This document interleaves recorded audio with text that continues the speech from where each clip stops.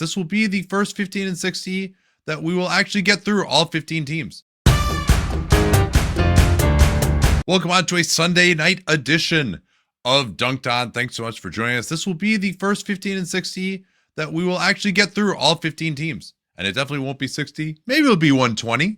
Hopefully it'll be 120. But we're not recording tomorrow in honor of Thanksgiving week because we will be doing Gamers Tuesday, Wednesday, and Friday. So to give ourselves Thanksgiving and one day off this week, we're going to take tomorrow off. But we should give you a nice long 2-hour pod. If you're listening on YouTube, we would love a comment, a like, a subscribe. That would be great. And then we're also doing a lot more content on YouTube as well. We're going to have the Deni Avdija section of today's show. That'll be video augmented in a separate video. I'm going to be doing Dunc'd On clutch calls all through this week as well. That's where I don't know the outcome of a game. It's close. I flip it on. I call it live. And then we show it with the video afterwards, getting some really nice comments on those as well. And also, we should remind people about our telecast tomorrow, Danny. On Monday, we are doing the NBA strategy stream for Grizzlies Nuggets. That will be a 8 o'clock Eastern, 5 o'clock Pacific tip. Yeah, can't wait for that one. I'm also going to be on NBA TV a lot on Saturday. So you can check that out as the host for their during game coverage, doing some live look-ins. That'll be a lot of fun. Really excited to give that a shot. I was also really excited to watch the Utah Jazz and the LA Lakers play tonight. Let's start with the LA Lakers. Danny, what are their fundamentals? On the season, the Los Angeles Lakers are 12-4, 4-1 since the last 15 and 60. Their clean to glass net rating is plus 3.2. That's 13th. They're 11th in offense, 14th on defense, and ESPN's BPI projects them to win 53 games, which would be the 4 seed in the Western Conference. Yeah, they squeaked by the Jazz 108-106 tonight, and both teams just really shot poorly from three. The Lakers in particular were 10 out of 38. Start with LeBron James. He had 17 points, 8 of 18 from the field, missed all 4 of his threes, had 8 assists, and certainly his brain still works. He's still a big guy who's 6'8" and is one of the best passers of all time. And you could see that he was very good leaking out in transition, getting the transition game going. That's really where the Lakers won this against the Jazz. The Jazz, Danny, you'll be shocked to know, have the worst transition defense yet again in terms of the percentage of plays that opponents are getting in transition against them. I think this is the 3rd straight year now under Will Hardy. That's not great, as good as his offensive coaching has been.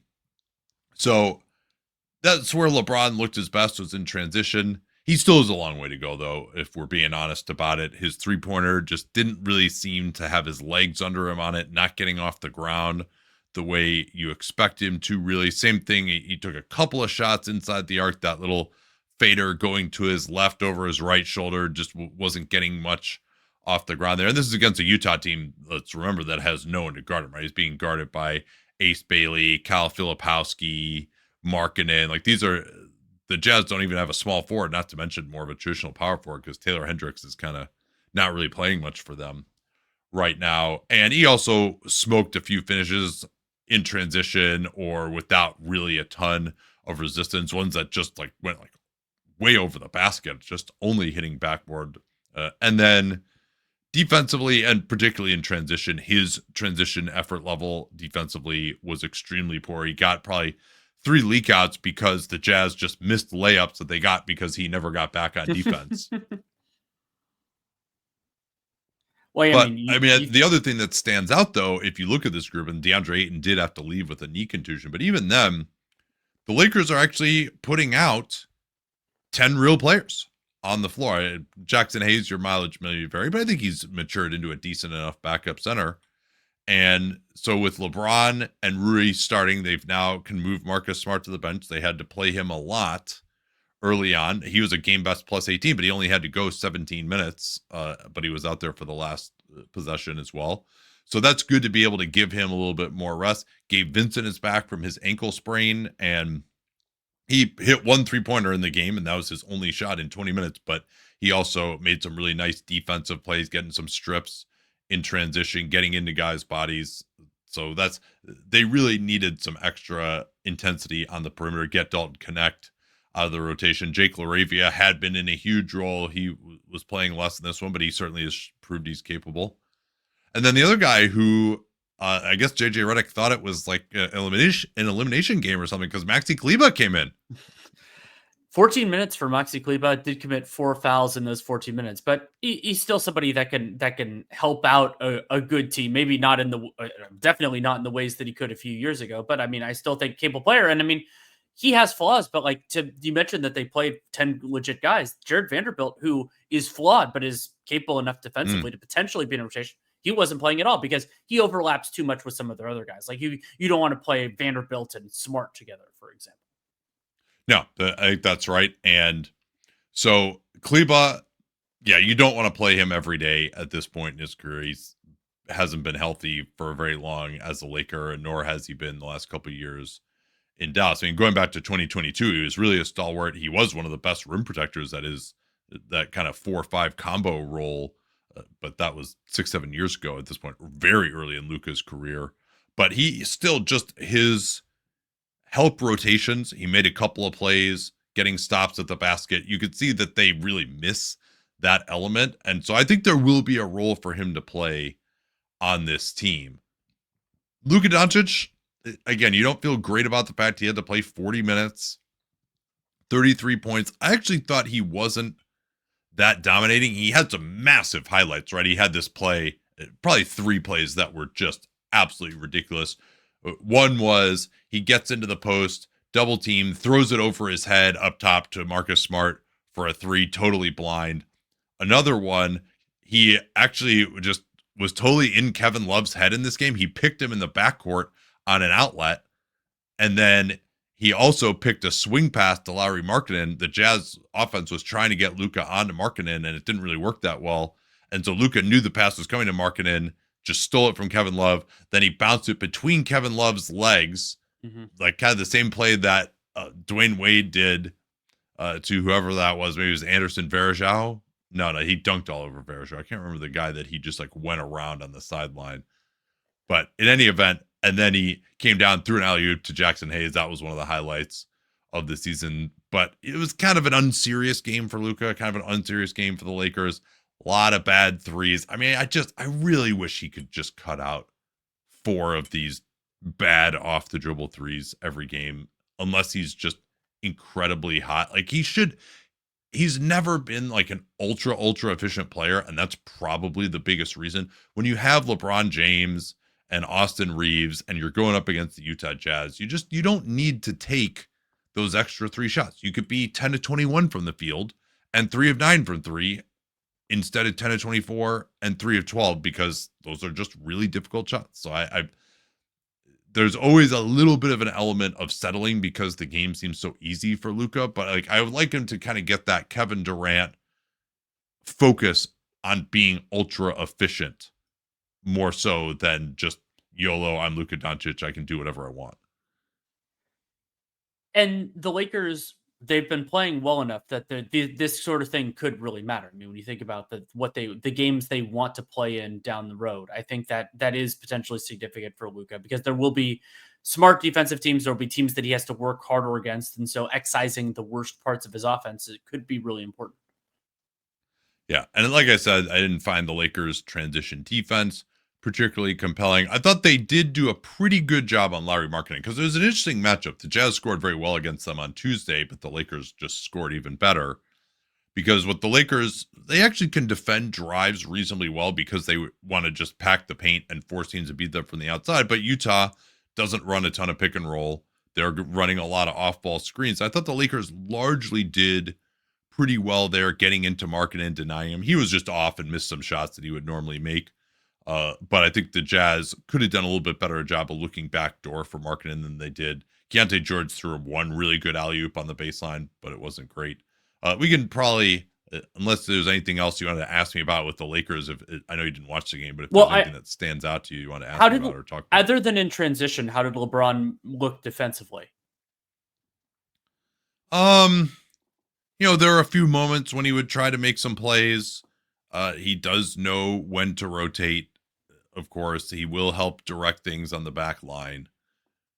I didn't think amazing though. This is not a Utah team that's going to stress him out. Like Keontae George would really be the only guy who's going to go by him at all. So like he just is not there physically, which is what you would expect. He's 41. It's looked like it's been a long time. I mean, he doesn't not look like LeBron, but he's 85% of where he would be, these last couple of years, I would say at this point. So Utah did close it on a pretty ridiculous run down the end. They finally got some turnovers, some stops. Markkanen hit 2 threes in a row. They get it down to 107, 106. Luke only makes 1 out of 2 on an intentional foul. And they have a chance to inbound late, try to get into Keontae George. He falls down, tussling with Marcus Smart. They get it into Nurkic. George tries to come off a handoff. Maxi Kleber, great job getting out on the perimeter, stepping up, challenging George, who had about 3 seconds. He could have maybe turned the corner and gone in for the tying 2. But I think because he fell down, he kind of didn't realize how much time he had and even know exactly when it had gotten in. So he had to just take a fading 3 for the win that ended up not being particularly close. Before we move on, let me do their stats for the season. Jazz are 5-11, 2-4 since the last time we did this.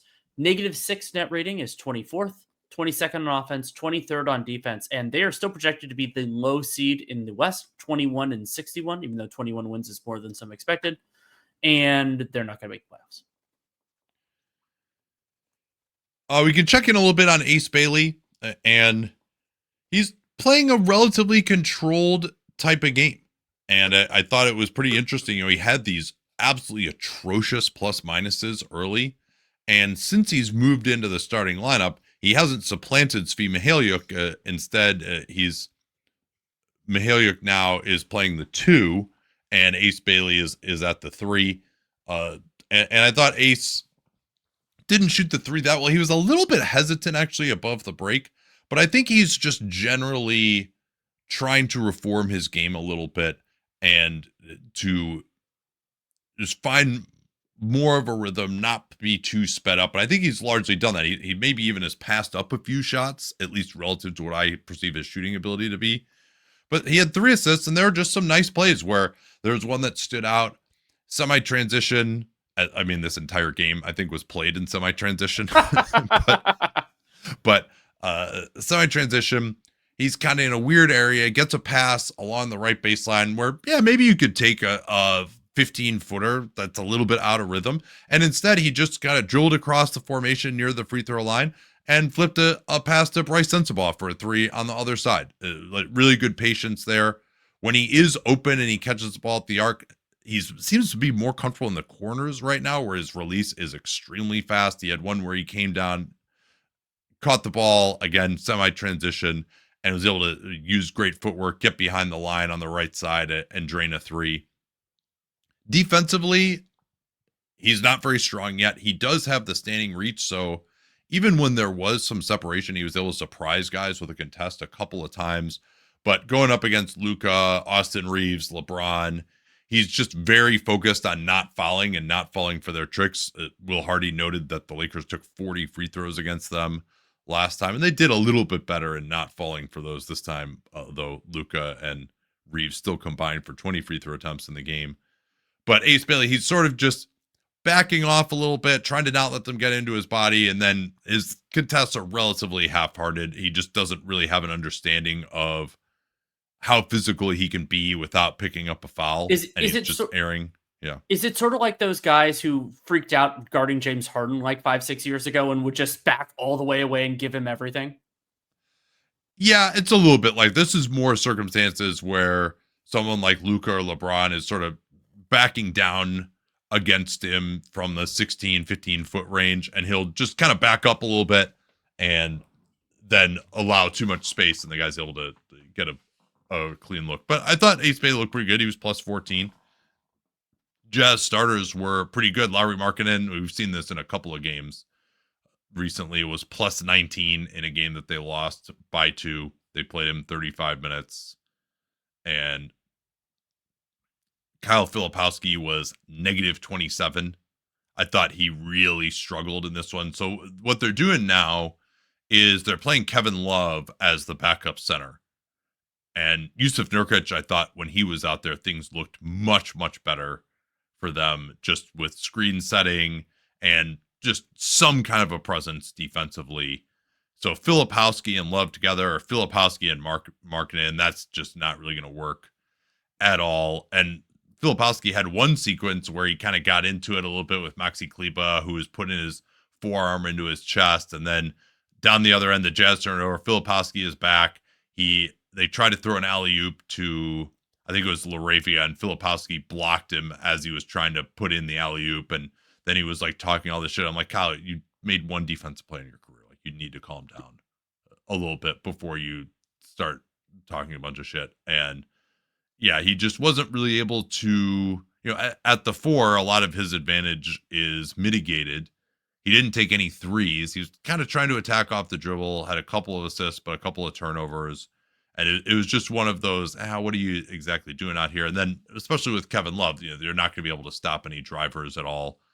One thing that I do enjoy, though, Kevin Love's career has basically gone full circle. You remember when he started, he had that 30-30 game against New York. He's one of the best offensive rebounders that we've ever seen.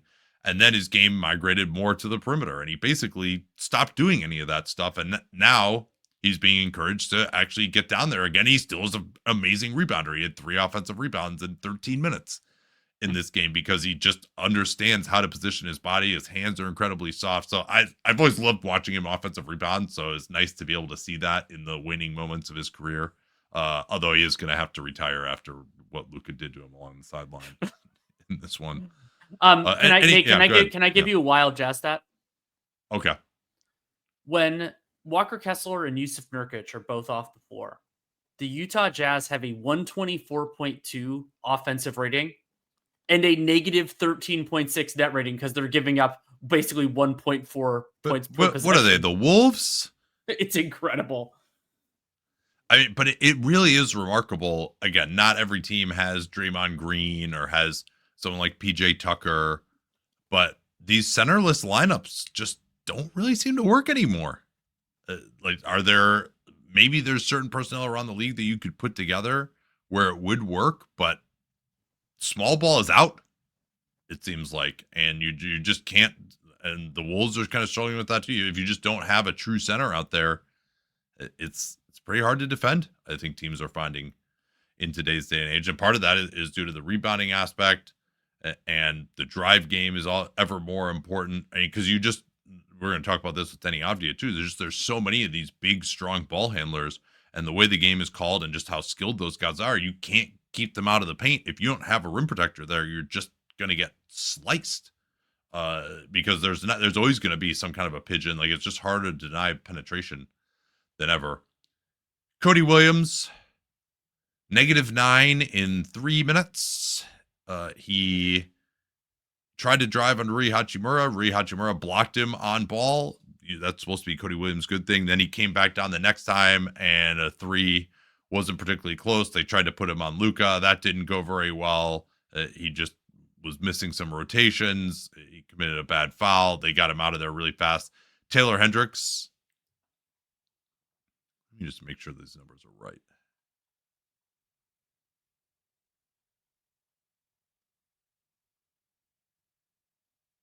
Yeah, Taylor Hendricks was in briefly, hit 1 3-pointer in 37 seconds and didn't come back in either. I didn't catch exactly what it was that he did to arouse the ire of Will Hardy. Walter Clayton Jr. is out of the rotation now. They're going with Isaiah Collier, and I think that makes sense. Collier, the way he's pushing the ball, does add an element. And also, frankly, he's probably might be their second best perimeter defender behind Svi Mihaliuk on this team, Lord. Who's actually playing. But certainly Will Hardy was upset. He called a timeout very, very quickly at the beginning of the game because their transition defense sucked, and it didn't get any better. But that's not the end of the world for the Utah Jazz at this point in time. But they still remain a feisty team. Like, they are definitely nowhere near the dregs of the league. And at home, if they hit a few more shots in this one, they could have won it. Well, speaking of the dregs of the league, we can continue our conversation unless you have more on either of these franchises with a very fun but a very limited in certain ways Mavericks Pelicans game. Yeah, the Mavs are 5-13, 2-5 since we last checked in on them. They're kind of around the same area of the Jazz, negative 6.0 net rating. Lost a bunch of clutch games early. They are still DFL in offense, 30th, 106.2, but fourth on defense. That's benefited from some shooting luck. They project for still 32 wins and the 12 seed, 4% chance of making the playoffs. I don't think it's totally impossible they could make the play-in still. That last play-in spot in the West is looking pretty sorry right now. So I could see them still making it if they don't trade Anthony Davis. But you promised me we could do it, Danny, when we're not totally delirious. Anthony Davis is doubtful to return in their next game, but seems like it could happen this week. What are the odds that Anthony Davis is traded before the 2026 trade deadline?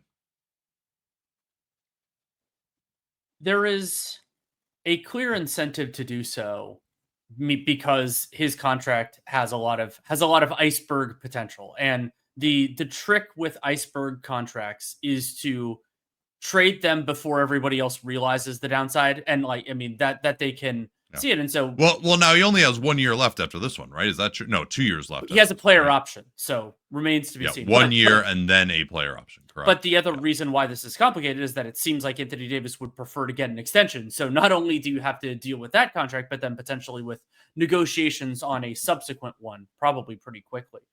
And so there's some awkwardness there, let's say. Well, and he also just makes $58 million next year, which, I mean, he's probably not even going to be worth that before you get into the extension or the $63 million player option, given the absences. Now, if he comes back and plays at an all-NBA level between now and the trade deadline, it's different. I'm not going to put much stock in Mark Cuban saying that they're not looking to trade Anthony Davis and they're trying to win, as for reasons we talked about on Friday.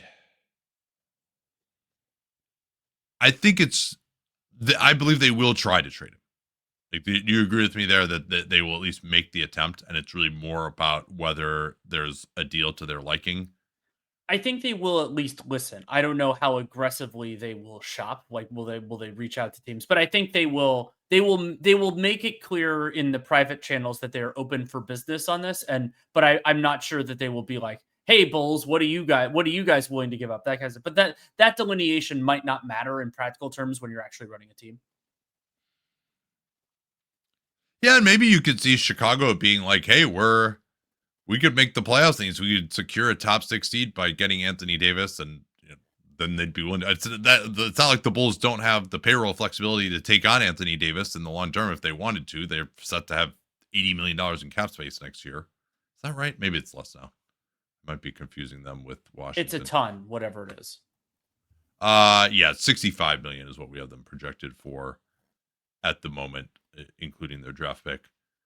So, I mean, there are a number of ways. So I think they will make the attempt. How will it not end up happening? Number one is just that he can't be healthy, that it just continues to be as it has been. And I think there's a pretty darn good chance of that. I think there's a 30 to 50% chance that he just isn't able to stay on the floor for enough time to where another team would really even want to invest in him. The other problem is I just don't see the team that feels like if we get Anthony Davis, then we're right there. Because it's just too difficult. Like the Warriors being a perfect example. I think they would love to have Anthony Davis, but do they want to trade Draymond Green? Do they want to trade Jimmy Butler to get him? Probably not, right? Would they even feel like they were there if they did do that? They might have a puncher's chance, but that's the kind of team. The type of team is like, all right, you know what? We're pretty old anyway. We only have a very small chance of really making a dent. So let's go ahead and trade for him, and maybe we have a little bit bigger of a chance, and the price isn't too high.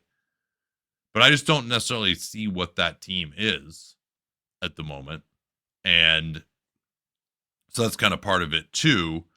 Now the offseason may well be a different story. you could see that, right? Like maybe the Boston Celtics be like, oh yeah, now we'd love to get Anthony Davis in the offseason, but we don't have any use for him right now. And it's also just hard to trade for a $54 million salary right now, given that teams are really impacted. So I'm going to actually say it's only a 35% chance that he's traded by the deadline. I'm going 45%, and for similar reasons. But the other scenario that I think is important to acknowledge is the idea that there are teams that are interested, but the Mavericks brain trust balks at how low the price is. That they at least the period of time where it's like, oh, okay, you do that. Oh, but you're not going to give us, you're not like you're not going to give us what what the Suns gave up for Kevin Durant. Well, no, you're not going to give up what the Suns did for Kevin Durant, like for Anthony Davis. But so that's sort of a scenario. And I think that unless Anthony Davis is so hurt that his value just never quite gets there, that it's possible that the offers are low. I think it's in some ways probable that the offers are lower than the Mavericks want, but that waiting ends up being a mistake. But most front offices, even if it's not the person who traded for that player in the first place, can't see it that way. They don't see the downside risk of waiting when like the worst so far. Like I would say in his case, I don't know that there is that much of a downside risk of waiting. I mean, it might be all right if your offers are a player and a shitty first. I'm like, yeah, you know what? We'll just wait because his contract doesn't go on for that long anyway. And the Mavericks aren't going. Yeah. Whereas if we're talking about Jeremy Grant, it's like, well, we know that this is going to be a bad contract going forward, so we need to move on from him pretty early and get. By the way, I nearly did another Wattful on that when we did that last week, but I decided against it. Okay, so that's where we are on AD. But yeah, there are a lot of, even if there is a desire to consider moving him, those three things that we talked about, just his health, then a team thinking that he's really going to push them over the top in his future salary demands, and then also a team willing to give up an amount where the Mavs are like, let's not, it's worth us pulling the trigger now instead of waiting. Now, the other reason they would want to move him, of course, would be just to help their tank this year because they don't have their pick next year. But also, Kyrie coming back, let's say they can just tank this year anyway, and they still have Kyrie and AD next year. Hey, you don't have your pick next year. You might as well keep those guys around and try to win next year. That could be part of it too. It's really, they got to just make sure that their tank this year doesn't get fucked up. Because for them, because they don't have their pick next year, holding on to him actually may be slightly more appealing. So other things Mavs-wise, Danny, as you watch this game against New Orleans, we've seen some other guys move into more prominent roles, some guys into less prominent roles in the absence of AD and Kyrie. Anybody pop to you among that group that's seen more time of late? I don't know how neatly he fits into that description, but Max Christie has been very impressive to me. He was huge in the Mavericks NBA Cup win. It didn't have a lot of NBA Cup implications, but it was a really fun game. Christie was 5 of 9 from 3, and he kept them afloat in a pretty rough first half. The Pelicans looked at certain moments like they were going to really take control. And sometimes those players, if they're not looming as large in crunch time, they end up kind of falling by the wayside. But he was hitting huge shots, and the numbers on Max Christie's jumper on the year, again, we're not at a full sample yet, but 47% on almost 7 3-pointers per 36 minutes. And he's also over 50% on twos, which is why he's been overall very effective, 66% true shooting, and without getting to the line ever, without getting that kind of foundational thing. So Christie really stood out to me. Brandon Williams, this wasn't his best game, but his speed does still pop. I mean, I still really liked him. But in terms of the front court guys, I mean, I think the weirdest thing about the Mavericks with that is I think a lot of those guys, other than Cooper Flagg, are established commodities. Like I didn't learn much new about Daniel Gafford, or Lively played in small minutes. He's still coming back from an injury. But like those guys, or PJ Washington, who had a very nice game in some key stretches, I think they haven't changed their stock with me because we know what they are. So they're down at halftime then blast off with a 36-22 third quarter to get themselves back into it. It's tied going into the fourth quarter. What changed for them in that third quarter? They realized that the New Orleans Pelicans don't play any rim protection and they should actually attack the basket. This is incredible. The Dallas Mavericks attempted 5 shots inside 5 feet and were only drew 1 foul in the entire first half.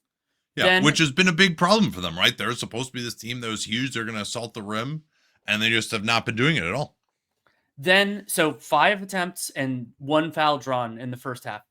18 attempts and 4 fouls drawn in the second half. And so Cooper Flagg was a big part of it, but it was a number of different guys just getting hard at the basket. And New Orleans, there's a lot of interesting stuff to talk about with them, but it is a core flaw. We'll talk about more in their section, but like they're starting Derek Queen and Zion Williamson together. Well, if you get by the original defenders who aren't great on this iteration of the Pelicans, they're not strong top to bottom with perimeter defenders as they have been at some of their best moments. And so you can get by, and then they're getting there. And it was just like, it was so weird to see the Mavericks not do it early, because it was a moment early on where I was getting frustrated. I was like, why isn't Daniel Gafford just beasting on these guys? Daniel Gafford should be eating, and then he has a putback play off of Brandon Williams' miss, but it just wasn't happening enough. Gafford, he wasn't one of the ones who got as aggressive. Flag, we'll talk about him in a little bit. Gafford, 5 shots, 2 offensive rebounds in 25 minutes. Like, he did have an impact in other ways, but it's just like, it seemed like there should have been opportunities. But part of it is that Gafford, like a lot of these guys, he's more of a dependent talent. And while Brandon Williams did some stuff, they don't have a Kyrie Irving or somebody like that to really make the seams that really help them work. But then what Cooper Flagg did is he just kind of brute forced it. He's like, okay, well, we need somebody to do this, so it might as well just be me. And so Flagg, the overall, like, he just started getting more to the basket. He took 8 shots in total in the restricted area, but 6 of those 8 came in the second half. Did a really nice job being more assertive, and really that helped key the Mavericks come back and eventual win. Yeah, Jason Kidd challenged him to get to the basket more at halftime, and he definitely did that. He abandoned the 2-point jumper, and he didn't hit a 3 in this one. He's 12 of 15 from 2, 7 of 8 at the rim. And yeah, I mean, there just isn't anyone on this team in theory that's going to guard him. Herb Jones maybe is that guy. How was he getting most of these shots? Was it off the dribble? Was that really his main way of attacking and getting to the basket? It was more off the dribble than I'd like. I think that Cooper Flagg is talented as a screener. He can react to a number of different things. He can be a good cutter. He had one really nice cut that they found him for a basket. But it was a lot Cooper Flagg with the ball in his hands, just kind of working his way into the paint. And considering, as you mentioned, there's only one Pelican that has a credible ability to really stop Cooper Flagg one-on-one, that's Herb Jones. And Herb Jones' assignment changed around over the course of the game. That was more of what Flagg did. I'd like to see, like, Flagg is so offensively versatile that he could do more, but especially without the full point guard complement. Like, I think that Kidd lacks creativity with Flagg, but I also think that he doesn't have the greatest complementary pieces to do it either. So it's kind of like it's I've had this thing with Ime Udoka too, where it's like he could do better, but I'm more sympathetic now than I will be a year or two from now. It was good to see Derek Lively close this one. Najee Marshall also hit a huge 3 in the last couple minutes from the top of the key against his old team that helped them close it out. That you and I were watching that together. Any other Mavs stuff that stood out to you? It was a pretty brutal game for Klay Thompson. I mean, his first quarter was worse than everything else. Like, he had a corner 3 that he took with some confidence that hit the side of the backboard, but he ended up 2 of 9 from the field, 1 of 7 from 3. Didn't really provide anything on the defensive end, and it was so surreal in that first half when they couldn't get anything around the basket. You have this moment where it's just like, man, they could really use Klay Thompson, except that Klay Thompson isn't Klay Thompson. Thankfully for them. Yeah, the Warriors could really use the Klay Thompson too. Basically, every team in NBA history could use what Klay Thompson used to be. But Max Christie did some of that. Like, Max Christie, his were more like they fed him in the corner and he drilled it, but he did a good job of that. But he just isn't that player. And I mean, it's a shame, but that's also what happens. I mean, Klay Thompson at this juncture, he's 35 and has had a number of significant lower body injuries. So it's not a huge surprise. But yeah, like you, I was very encouraged that Najee Marshall, who I thought his defense made a big difference. I thought that he could have played more. Like it's this. I have this idea that the Mavericks are kind of my new Raptors. Raptors fans would get so pissed at me like 4 years ago, where I said I wanted all of their players on other teams because they would just make more sense. And lo and behold, all those players are more interesting on other teams now. Siakam on the Pacers, OG on the Knicks. Like that's just the way. Because if you have too many players that do two similar things, especially if you don't have the other complementary pieces. So like PJ Washington, talented player, really fun to watch, but without a Luka, without a Kyrie, it just doesn't make as much sense. Gafford and Lively are a great combination, but then also they're kind of blocking flag in some of the more compelling combinations that a coach could get to with this group. So like, it's frustrating that Nico Harrison didn't see this because they knew they had the number one pick for the whole offseason.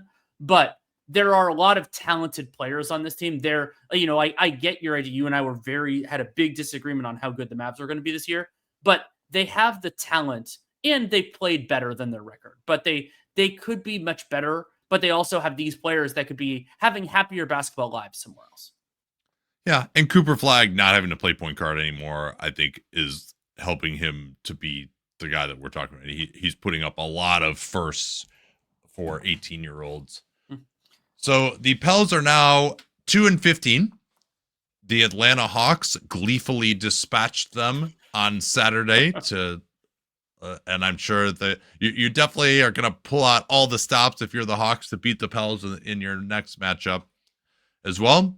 Firing the coach didn't help. They are 0-5, I believe. Yes, that's correct. Under James Borrego. They've had a few more competitive games, but like this Dallas one, but Dallas is kind of on the same level that they are. The Pels are 27th in net rating, negative 12.7, 27th on offense, somehow 25th on defense. Doesn't feel that way watching this team. But I've watched more of them than some of the other dregs of the league. They project for 22 wins, 14 seed in the West. They will not be making the playoffs. So Zion is back now. I want to say this is his first game back. And I'm sure he didn't play in the back-to-back against Atlanta. But Derek Queen emerged in his absence. They started those two guys together. How did that look? I'll note first that it was Zion's second game back. He played in their game against the Denver Nuggets. I thought that it was, at times it was really electric. And it's this unusual combination where I think those players, they duplicate each other more than almost any other player would duplicate the other. Like Derek Queen, in some ways, I think of Queen, his offensive game is so fascinating. I think of him a little bit more like kind of like a Sabonis-y hub, more like than Zion, who's just a different kind of offensive player. But this like on ball big guy who can get into different spaces and who at times can flash a little bit of a jump shot. Like they're more similar to each other than they are different. And so playing them together, at times I was fixated on just like they had this weird, like, so there were times where Zion was just so quiet, where he's just like not touching the ball for 5 or 6 possessions in a row. Queen had 17 shot attempts. Zion had 9. Although I should re-say that Queen had 19 true shots. Zion had 14. And their minutes actually overlapped a lot, didn't they? A ton. And so there were a couple different problems with that. So James Borrego, like the first one is you get into that your turn, my turn kind of waiting around. Now, maybe it's good for both of their staminas that there's somebody else who can take some of that. But it also had these compounding issues with Jeremiah Fears, who is a capable offensive player. He's working his way into everything, where there were these plays where Jeremiah Fears, point guard, is just not really doing anything. And so James Borrego, specifically more with Queen and Zion, that it has the good thing that they're harder to defend, and by having them both on the floor, it makes life easier on typically Queen because you're going to put more resources towards Zion, and so he's not going to be the focus of the defense. And for some teams, especially where they have more limited defensive personnel in the front court, that will really lead to Derek Queen or at times Zion eating. But it also leads, the more you play them together, that means the more you play without either of them. And that is a huge issue because I was like, oh man, this is like, they got completely trucked in the minutes where those guys were both off the floor, because they're not only your two best at times offensive players, but they also, you just don't have other guys with Jordan Poole unavailable to replace them. And so the stats on that are what I expected. When Queen and Zion Williamson are off the floor, 30% the Pelicans are being outscored by 24 points per 100 possessions, and they have a 102 offensive rating. It's much more respectable in the subset of that when Jordan Poole is available because he's they're probably their next best offensive player. But it's a big process issue because I wrote about this years ago with Steph and KD about The Athletic, about how you kind of need to balance out the how good are they together and how bad are you without both of them. And I think James Borrego needs to do a better job of that, at least in this iteration of the Pelicans. Now, when they get Jordan Poole back, if they change their personnel, maybe that looks a little bit better. But there's a lot of really fun stuff. I mean, Derek Queen, we've talked about him a couple times. Yeah. Well, quickly, just to react to what you're saying about Queen and Zion together, it just, the theory of it, it seems like it'd be completely untenable defensively, but any lineup that they put out there is going to be completely untenable defensively. And you said this iteration of the Pelicans, I would say actually, I mean, yes, they don't have their draft pick, but this is still, they're not going to be making the playoffs. They're not going to be doing anything this year. And then 42 of the 66 possessions that Zion played, Queen was out there with him. Mm-hmm. I actually am cool with that. I just want to see what it looks like with those guys playing together. If I'm the organization, because they've invested a lot in Derek Queen, he's shown a ton. Like, you had the Sabonis comp for him, which I think is good as a passer. He's not as rugged of a pick and roll player or a finisher, and he's also not like physical in like a beasting mismatches kind of way. But he also can attack more facing up off the dribble against certain guys. He's got a handle. I think we'll see. John was saying that he's really got to improve his shot form. His left thumb is very involved on his guide hand, so he's got to clean that up. But he's a guy who has touch. I think he has a skill level. I have some optimism that he can figure that out. But to me, I actually do want to see these guys play together, because who cares what happens in the minutes when they're out the floor? They're other than the Atlanta Hawks. Well, so it's this competing tension with a franchise like this, which is that playing Zion and Derek Queen together, it answers arguably a more important question than winning basketball games, which is, do these guys work together? Now, it is totally fair to argue that that is more important than winning basketball games. I was focusing more on it in that standpoint, where it's like having both of them out, you can't survive offensively, you're going to get your ass kicked in those minutes. It is a reasonable argument to say that isn't as important, even without having your own pick, as getting this answer, because from a team building perspective for Joe Dumars and Troy Weaver, that's what you need to know, because if it works, well, then you could do a couple of different things on the perimeter. Now, I think their defense is going to be too porous. That was a huge story in the second half of this game. But if they're so hard to deal with, and it's funny, I mentioned Sabonis earlier, they're going to be so hard to deal with that the defensive stuff won't matter as much. Historically, that hasn't been true. You know, like if you're trying to be serious, those kinds of teams haven't really worked in modern vintage. But it was fun to watch. And I think that at times Zion was looking more spry in this game than I'd seen him in a while. Like it was great. Yeah. I didn't love how he looked in the Denver game, that first game back from the hamstring issue. I think he was 6 of 13 in that one, but this is more the dominating stat line you'd like to have. And I mean, it's not like Dallas didn't have size and rim protectors out there in this game either. Exactly. Well, Gafford and Lively both played. PJ Washington was out there a lot. So they largely had at least 2, but typically 3 of Gafford, Lively, Washington, and Flagg. And so that's a lot of rim protection. That's a lot of capable front court defenders. Najee Marshall also played a lot. Not that Najee's the greatest like Zion defender, but he's just a good defensive player. And so I think that was really encouraging, because just seeing Zion look more like the player that we saw a couple of years ago physically.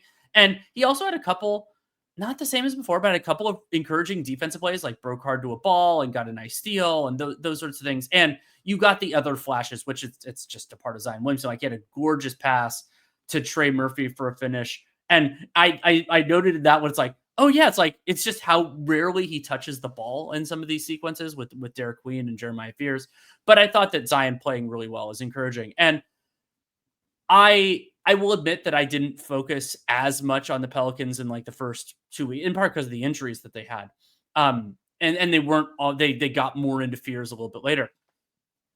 So I don't know how much to attribute to Borrego and how much to attribute to what Willie Green wanted to do, but the ball movement and player movement at times was really good for the Pelicans. but a player who stood out offensively like a sore thumb was Herb Jones. And so there were all these possessions in the starting five. Like Trey Murphy fits into that like a glove. He's a great shooter, talented cut guy, and like he just can find his spots. I mean, Trey Murphy averaging 20 a game. Some of that did accrue before they got all their guys back, but he had 25 in this one. And he was picking his spots well. So he fits really neatly with Zion, Queen, and Fears. But then Herb Jones would be like, ping, ping, ping, ping, stop. And then and it wasn't like Herb Jones would do that and then something good would happen from it. Yeah. So is he passing up shots? Was he just holding the ball to try and drive? What was the nature of this? It was a couple of different things. So at times it was passing up shots, but more often it was the deliberation timing. It was sort of similar to what Brandon Pajemski does with the Warriors sometimes, where it's just like it takes him longer to see what needs to happen. Or it would be that time Herb Jones was taking, honestly, selfish shots. Like he would try to drive into the lane and the Mavericks have wonderful rim protection and nothing would come from it.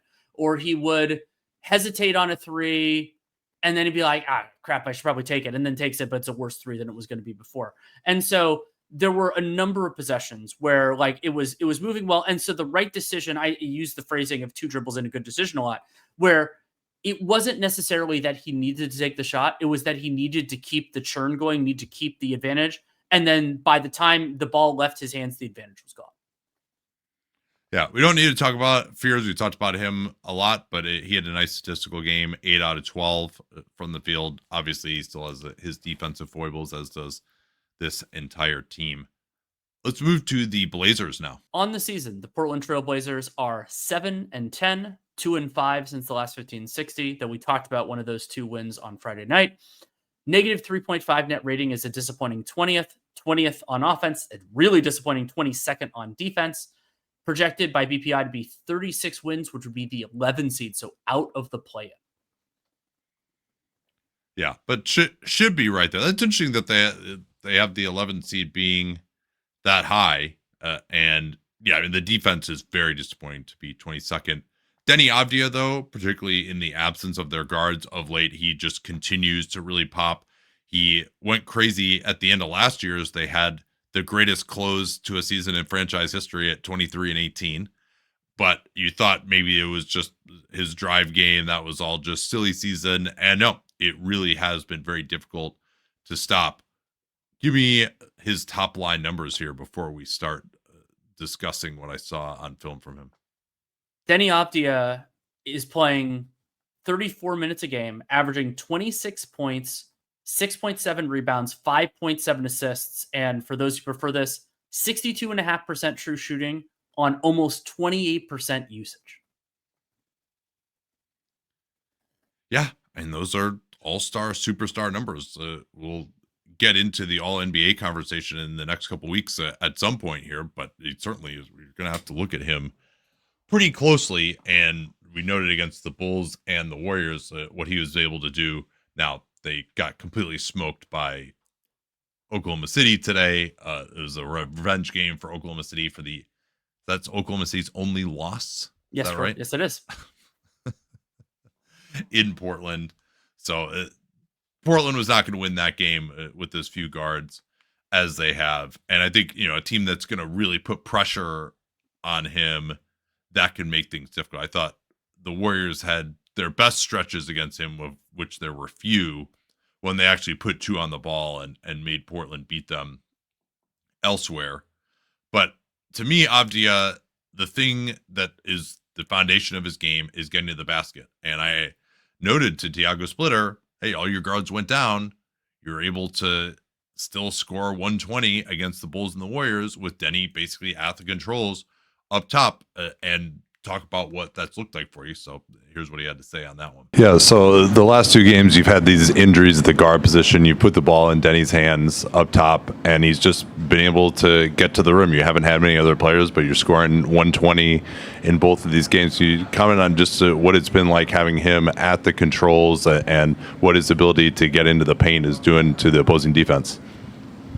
Yeah, I mean, his ability to go downhill is his forte, right?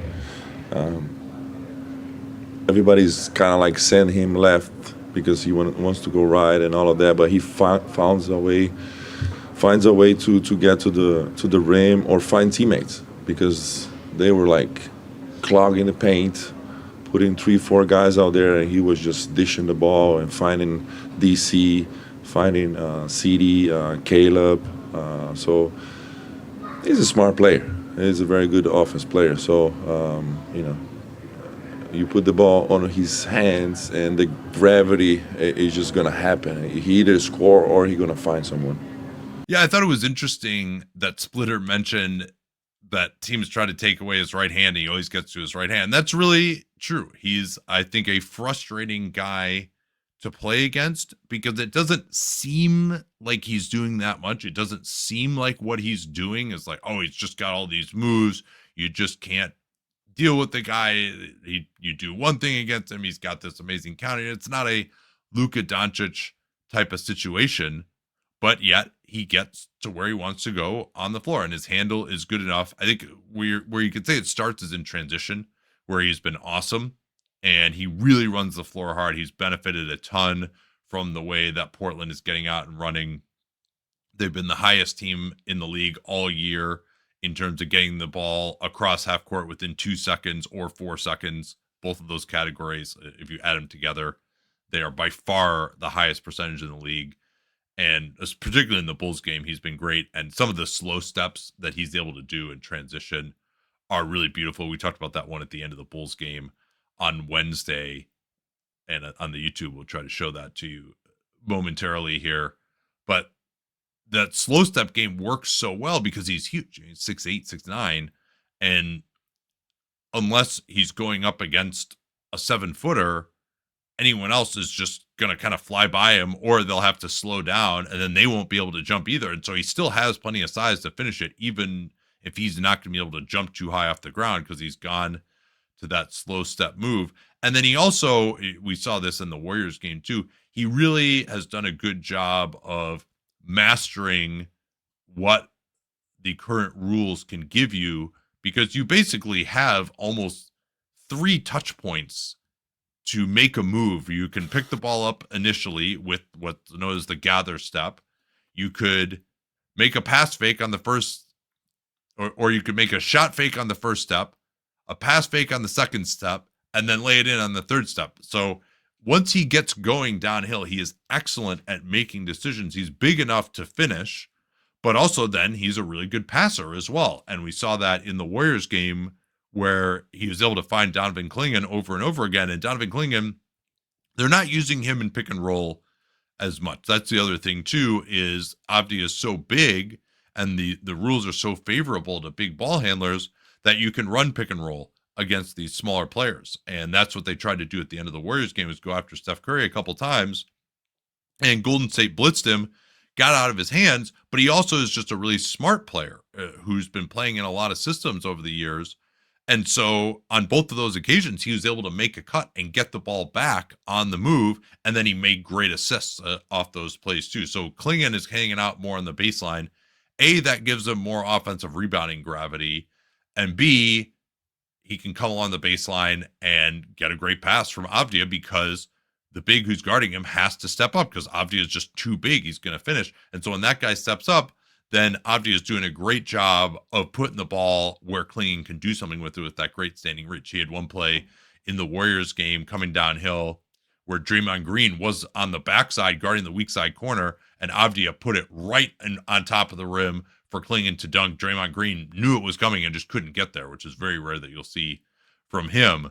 And plenty of other plays too, where they just are not able to do anything about it, because Clingan's the only guy who can get to where the ball's being thrown. And then you'll see teams will try to counter by collapsing in, cracking down on Clingan, and then you've got a 2-on-1 on the backside. And on a Caleb's Love's icing 3 in that Warriors game, he was able to manipulate that as well. And it all comes back to, he's able to get in the lane, but he's then able to play slow from that point. So he gets to a point where Gary Payton II is on the weak side. He has to make a decision. Because he's on Caleb Love, who's on the wing. They have another shooter in the corner. I think it was Jeremy Grant. So eventually, Gary Payton has to go to the corner. That's the more dangerous shooter. It's the one who's in front of the guy's eyes. So Avdija, because he's going slow, he's able to see that Gary Payton is going down to the corner, throw it back out to Caleb Love. Caleb Love bangs the game icing 3 against Golden State.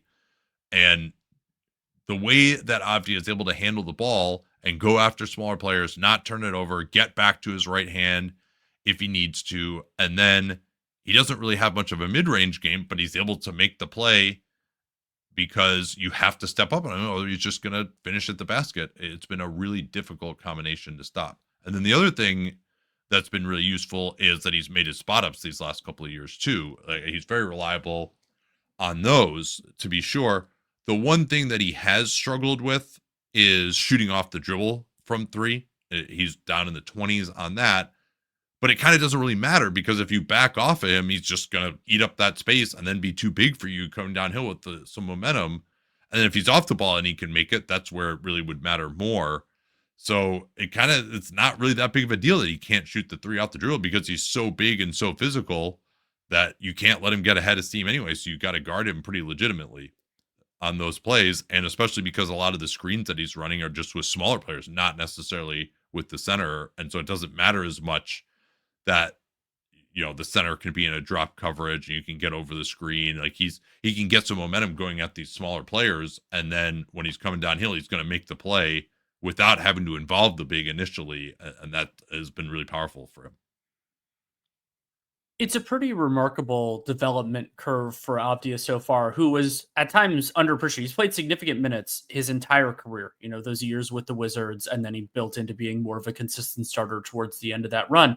But he always had pretty good skills with the ball in his hands, but you wondered how that was going to materialize. How is he going to create the advantage and maximize the advantage? And so what's happened with him, I'm not saying it's the same in terms of development, but it's sort of a similar path in some ways to Pascal Siakam, who deservingly won most improved player at one point. And I think Avdija is going to be in that conversation. Not that you and I will have that conversation until much later in the year, because he's doing some of the stuff that he did well before, but ramping up his role within the offense and being more effective. And I mean, one way of describing this is that Avdija, his assists have gone up significantly. He's at 6 per 36 now. Yeah. But here I want to just briefly run through his free throw attempts per 36 minutes, starting with this. So this is rookie year: 1.3, 2.5, 2.9, 4.4, 6.2, 8.6 this year.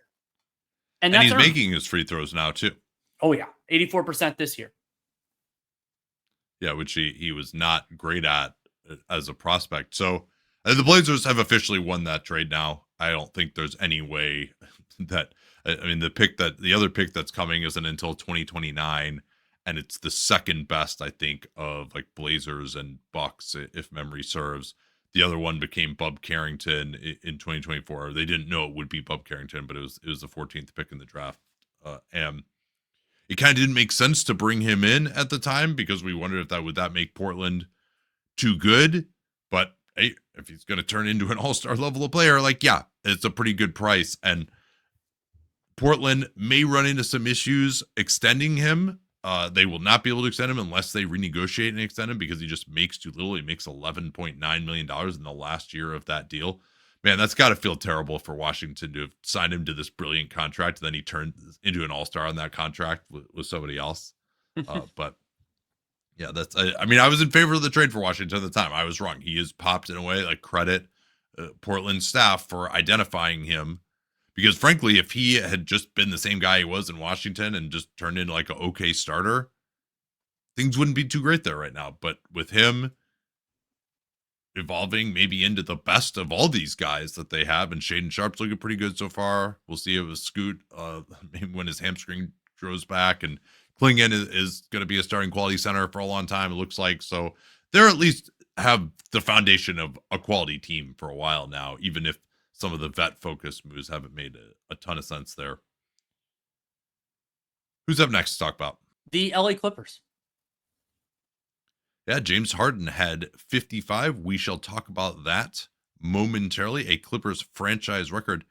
That's pretty amazing, Danny, that he's the only guy to own the franchise scoring record for two separate teams. Obviously, Houston being the other one, franchise scoring record in a game. So that he definitely has turned it back, and he's trying to carry them along here. They do get the win against the Charlotte Hornets. I'll give you their fundamentals. The LA Clippers are still a mere 5-12. They're 2-5 in their last 7. Negative 6.3 net rating is 25th. They have at least righted the ship in terms of getting more competitive, but they're 21st on offense, 27th on defense. BPI likes them to finish with the 9 seed at 38-44. BPI's got a lot of teams clustered in that mid to high 30s area in the West. I imagine that those numbers will get higher just because silly season will happen. Still likes them for a 34% chance of making the playoffs. A couple of things we got to talk about before this 55-point game, though, Danny. Kawhi Leonard did return 26 minutes in their loss in Cleveland, coming off that sprained ankle/foot. And then Chris Paul is going to retire at the end of the season. He announced it when he was back where it all began for him in North Carolina. Just hasn't really been playing this year and wasn't able to get a contract higher than the minimum. Although I guess if he'd been willing to go somewhere else, he probably could have. I think when he finally plays his last game and there's a true appreciation for him, we can save that. But just your general reaction as far as what it means that Chris Paul is retiring right now. He has been a player, like, as I think some listeners know, I got really into basketball for the first time in college. And so Chris Paul, I think that because when he was on the Warriors, that he's around the same age as me and around the same height as me. So there's always been something a little bit fun about seeing his success in the NBA, and just an incredibly intuitive point guard, somebody who didn't have the stature, but had the brain in the game to do it. Arguably deserved an MVP in a long time ago, has been an important standard bearer for a number of different franchises at this point. Like, I mean, they talked about it on the Hornets broadcast that he has played in more games for the franchise that is now in New Orleans than they played for the Clippers, but the Clippers will retire his number, all that type of stuff. But he's had an incredible itinerant at times. Like, I mean, thinking back to the voided trade, like an incredibly impactful NBA career that arguably could have been even more impactful if certain things had happened differently. He really had 3 phases. The first phase of his career where I thought he actually should have won MVP in 2008 for the Pels. And who knows how things might have been different for him if they make it past San Antonio in that game 7 at home against San Antonio. But they just weren't quite ready to do that in 2008. But he was just so incredibly quick at that point. And, he wasn't someone who was like dunking on everybody, but he definitely relied on athleticism. And then when he gets to the Clippers, after he has this career-altering knee injury, he still is one of the best players in the NBA. I think I had him in the top 5 in the 13-14 range. Instantly transforms them into contenders, but never actually makes it to a conference finals with the Clippers. Had some really bad collapses. Some of the things, the bad part of Chris Paul started to come out just in terms of getting along with everyone. I mean, that team was going to be done anyway because Blake Griffin had moved into a new phase of his career, and they could never find a wing player that would work. But certainly, like an iconic franchise named Lob City. Who knows what would have happened if he had gone to the Lakers instead, and on that deal that got voided. But certainly someone who's been very well known in the business of basketball. And then he makes his way to Houston, where he wants to go, gets a big contract, then gets traded a year later, and then really kind of proves himself as the ultimate winner, completely turning around an OKC team that was supposed to be pretty much tanking. And then obviously Phoenix taking them to a conference finals, a NBA finals, even though he was struggling with illness during those playoffs and a shoulder issue. That was the other thing too, is it seemed like he had so many just miserable injuries. But we'll talk more about him and his place in history at the end of the season when he does finally retire. But he had incredible longevity to make it this long. It's kind of a shame that it seems like he's just going out and just not going to be playing at all in his last year. But he still was really awesome. Let's talk about James Harden, another guy who's looking like he's going to have pretty incredible longevity. It's really impressive. I mean, I talked about that in one of the previous games about his stamina at 36 years old. I mean, and there was some of that in this game. So Harden 55 points, which was a franchise record, but not a personal high. He did that with the Houston Rockets. I believe it was 61. And not every James Harden high scoring game is the most fun watch. Like that's been true over the years because foul drawing and everything else. I did think this one was, and I think that part of my enjoyment of it, it parallels something that has been true for DeMar DeRozan, another LA born player who's older now, of watching new guys into the league play James Harden, because the Hornets have four really young guys like kind of key in their rotation. And there was this moment where Liam McNeely goes on to James Harden. I'm like, oh, here it goes, because he'd already done that to Sion James and to Con Knipple, and then Miller's been in the league for longer. But those guys, and so there were points where it's just like, oh, he's just getting to his spots and shuffling around for a step back, and it was a really impressive performance from Harden. And yes, there were some bad fouls, there were some real fouls. Harden took part of the 55 points is that he took 14 free throws. He did miss a couple. Like he had 27 in the first quarter, but he could have had 29. He missed 2 free throws late. And he was cooking the Hornets so thoroughly. And something that I really loved about the early part, and became even more salient later on, is that even with Harden just on this kind of a heater, he was still always making the unselfish play if it was there. If it was passed to, if he was driving and he might have had a shot, but there was a good pass to John Collins in the corner or to whoever else was there, he was making that pass every single time. And the reason why that ended up mattering is that towards the end of the first half, but then much more aggressively, deliberately in the second half, Charles Lee just started straight doubling James Harden. It wasn't even, like, oh, he'd do a certain point. It would be like he'd done a dribble or two and somebody would just be running over to him. And so that would have borne more fruit for the Clippers if some of his teammates would have made more shots, but they still, they put up a 138 offensive rating in this game. It was able to, Zubats was cooking at different moments in time. John Collins missed a bunch of shots that he could have made. Kobe Sanders missed some that he could have too. But so Harden basically to get to that point, and he's just like, okay, I'm just going to roll with it, and make the pass and everything would go on.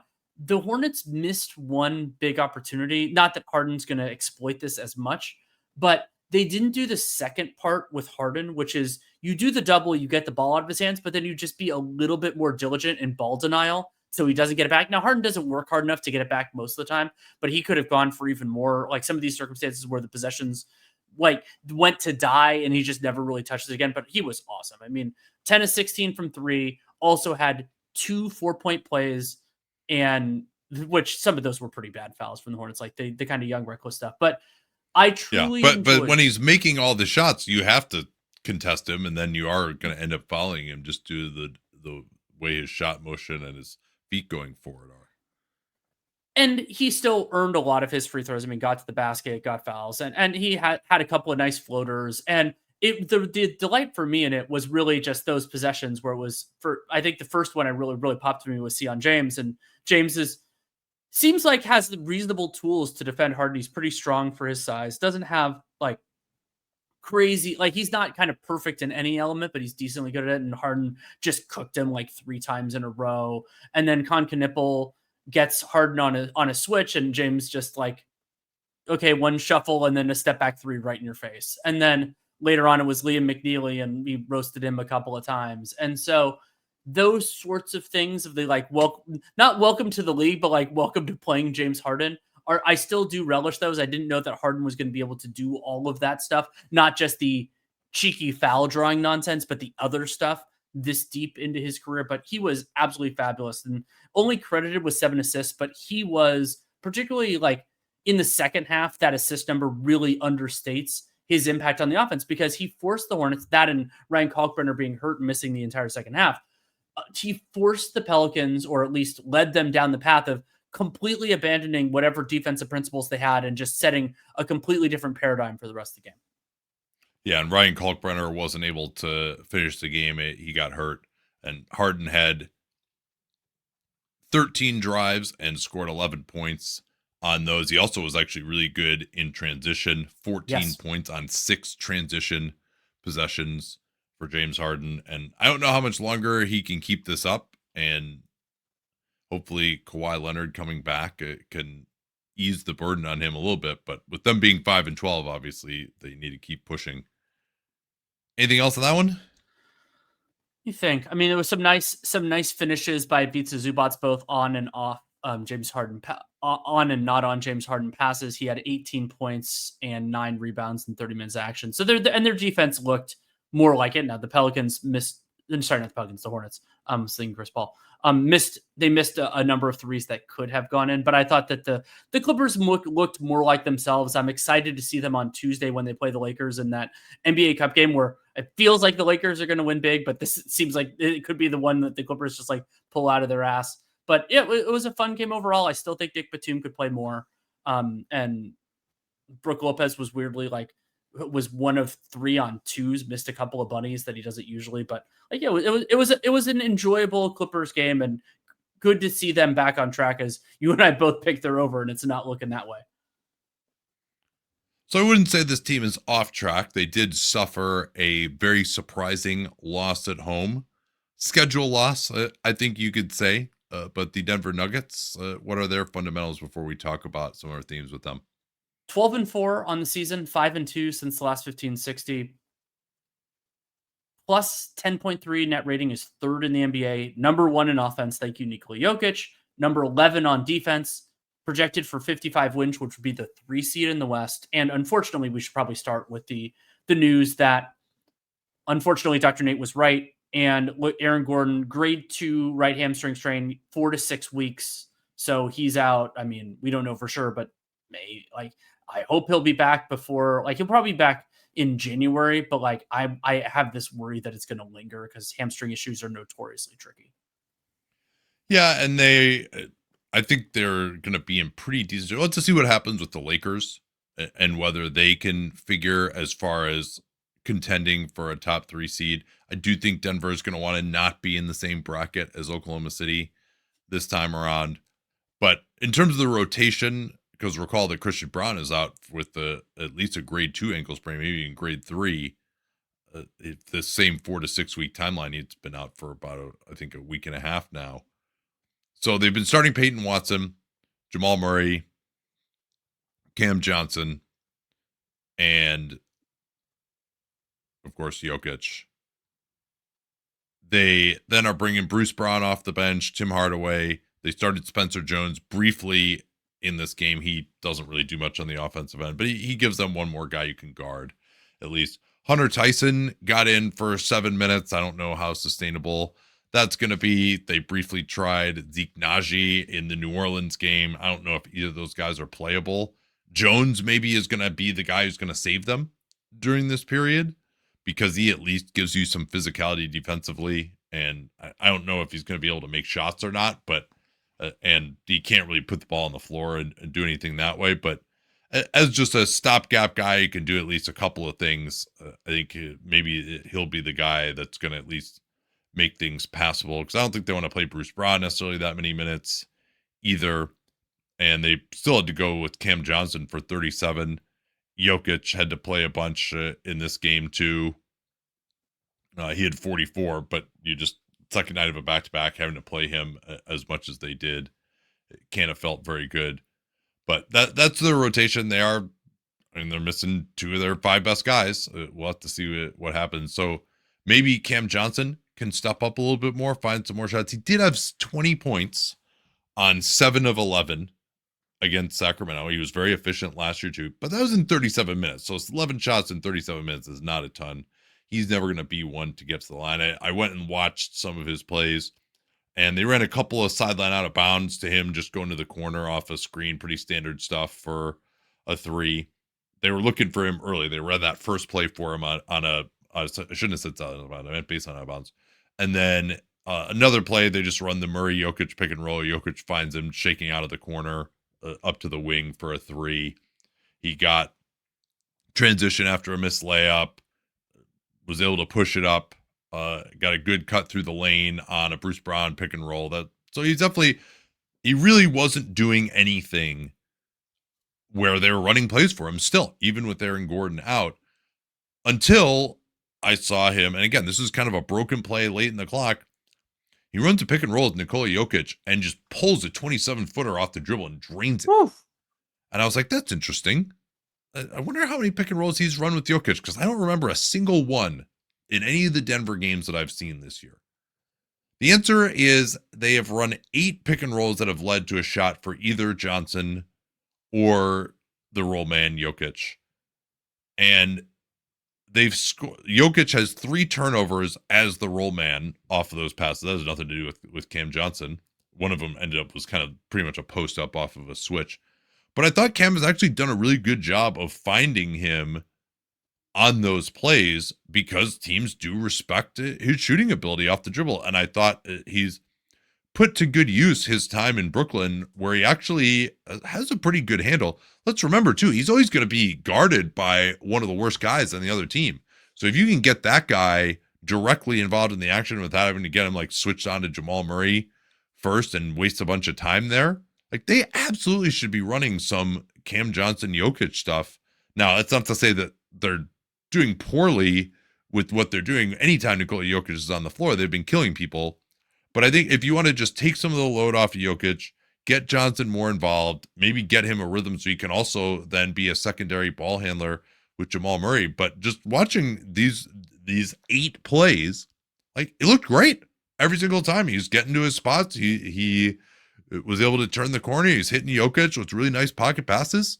Like, let him do more. Jamal Murray doesn't need to score every single time. You don't need to run him into the ground. Let's see more Cam Johnson with the ball. Run some plays for the guy. Get him involved as the primary guy with Jokic. No reason not to do that. This is what he's supposed to be able to do, in addition to just being better in the floor game. That's what he's supposed to be able to do that's better than Michael Porter Jr. Use it. It's not like they have anyone else. You need some other guy that you're going to give the ball to on the perimeter besides Jamal Murray. So I don't understand why they haven't been doing that at all. It's a really interesting idea. And Cam Johnson, like, the Brooklyn stuff was definitely a positive development for him. But like, I didn't think he was great at generating the advantage. But the beauty of running a pick and roll with Jokic is that you don't have to. The advantage is already inherent within the process. And so there's a lot that they can do with that. And also, you brought up how he can pass it to Jokic. Having, this is true in a lot of different phases, having somebody who's tall trying to make a pass to the interior, they have different angles. And so there's some of that can work a little bit better. Especially when they're being guarded by someone short, right? Right. Which he's often going to be right there. The Houston Rockets were hiding Reed Shepherd onto Cam Johnson. And the other benefit, theoretically, if Cam Johnson does enough that teams have to put a better defender on him, well, then that creates all these other benefits for the other guys on the team. So if you end up in a circumstance, it's a good problem to have, because if teams have to focus more on solving the one that you've given them. One other thought that occurred to me watching them lose to the moribund Kings on the second night of a back-to-back after an emotional NBA Cup win in Houston was maybe one downside of my idea that you would have 58 games and play 2 games a week, and there would never be such a thing as a schedule loss anymore. It would be, then there wouldn't be any schedule wins for teams like the Kings. And that the bad team, like, when everyone could try and rest and maybe even there would be fewer injuries, that bad teams would just look even worse than they do now. That maybe is potentially one downside. Not to me. I think bad teams should lose because they're bad. I think anything that makes it closer to being more of a meritocracy in terms of the best teams winning more often is good, as far as I'm concerned, but might not be appreciated by some of these owners, potentially. We're going next.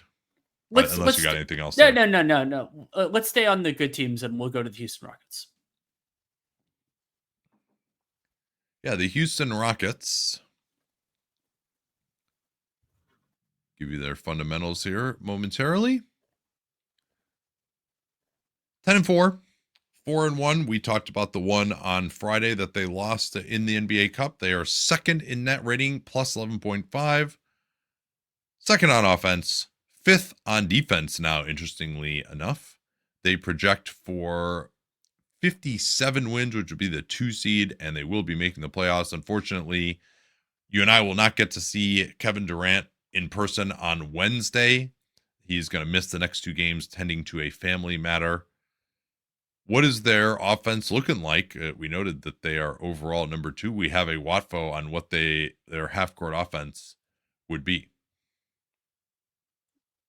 The WAFO preseason was whether the Rockets would be top half in half court offensive rating, and they're currently 12th. That is first shot, by the way. That does not include their offensive rebounding. Yeah, it does not. And so I said 72% chance. You said 52.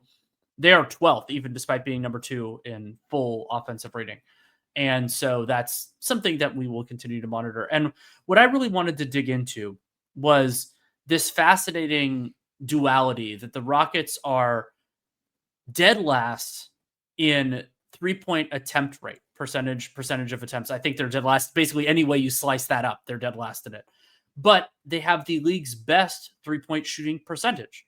And if you filter out garbage time, the Rockets are at 41.9% from long range. League average is 36, and only one other team is above 39. But and that's 41.9%. Yeah, that's crazy. I mean, that's basically better than I think any team has ever shot from 3 for a season.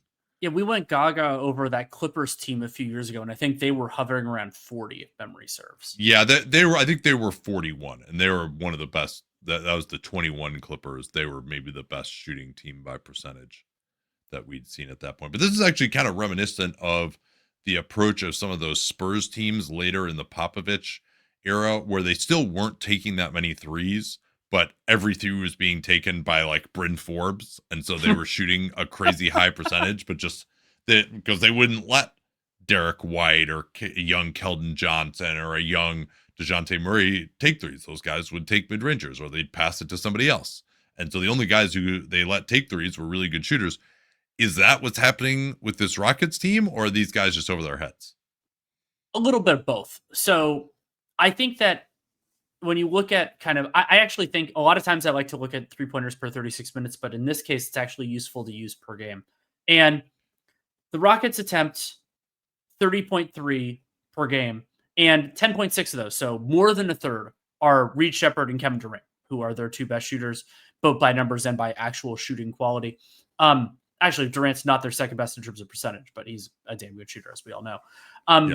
And so then in terms of attempts, it's Jabari Smith, who is a good shooter. And I think so he had that rough first year, but he's at basically 40% on the season, but he's a good shooter. And we'll talk about the shots he's getting in a minute. So the right guys are taking a larger proportion. And then, like basically the only player who really takes threes for the Rockets who can't make them is Amen.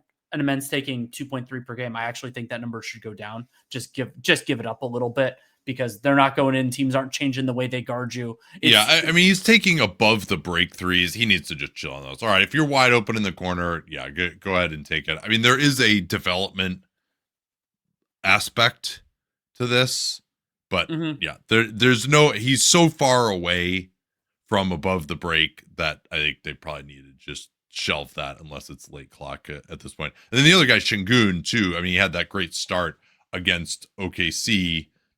He's shooting 44%, but under 3 per game. That's another one where I think it's probably more useful for him to shoot it because he's actually making them, and that does add an element because he's handling the ball more up top. But again, I don't see him finishing the season at 44% from downtown. I don't either. But yeah, and so the right guys taking them, the wrong guys not taking them, those are both important. But then the third element of this story is unsustainably hot shooting. The place to probably start with that is Tari Eason shooting an incomprehensible 51% on 4.8 per game. Well, we know he's going to stay at that for at least the next month. Yes, that's true. Oh, that's sad. And Josh Okogie, who is a 30% career 3-point shooter, has never shot above 35%, is making 43% so far. Like that's not going to continue. And he's played more because he's been starting pretty consistently for them. So so some of those guys are going to regress to the mean, but the general conceit I think is right. And so something I ended up looking into was I was a little bit surprised at the Rockets because I was like, oh, okay, what proportion of their threes are assisted? And I thought they were going to be on the higher end there. They don't have that many pull-up shooters. And they're actually middle of the league, 87%, right? I think it's like 15th in the league.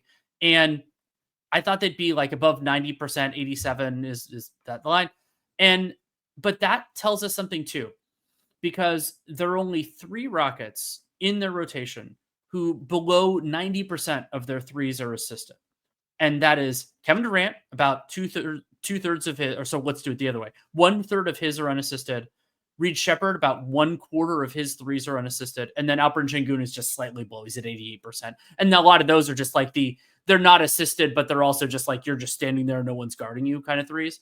And so the only players who are taking any off the dribble threes at all for this team are Kevin Durant and Reed Shepherd. And those are the only guys who should. Yeah. And then this data you put together on corner versus arc threes is pretty interesting too, because they're taking actually more than the league average in terms of their percentage of shots from the corners. And then you've got Amen, Okogie's hanging out there, Jabari is hanging out there. And that's just kind of how they set things up too, that their worst shooters are going to be in the corners. And then you've got KD, Şengün, Shepherd. Those are really the main guys who are creating things up top, either taking off the dribble or then hanging out up there and getting a pass and shooting them. So I think there is something to the idea that they can continue to shoot a good percentage, obviously not this crazy percentage, that could be a positive for them. And also just they've got 2 bigs, more guys are just hanging up around the basket. Steven Adams and Clint Capella are cracking some heads down there, getting offensive rebounds, kicking out to some of their shooters. So more of these plays are on offensive rebounds too. Those are likely to be more open. So I think it's a formula that's going to continue to work, not at this level necessarily, but I think they can still be a high quality offense, maybe one that could be shut down more easily in a playoff setting.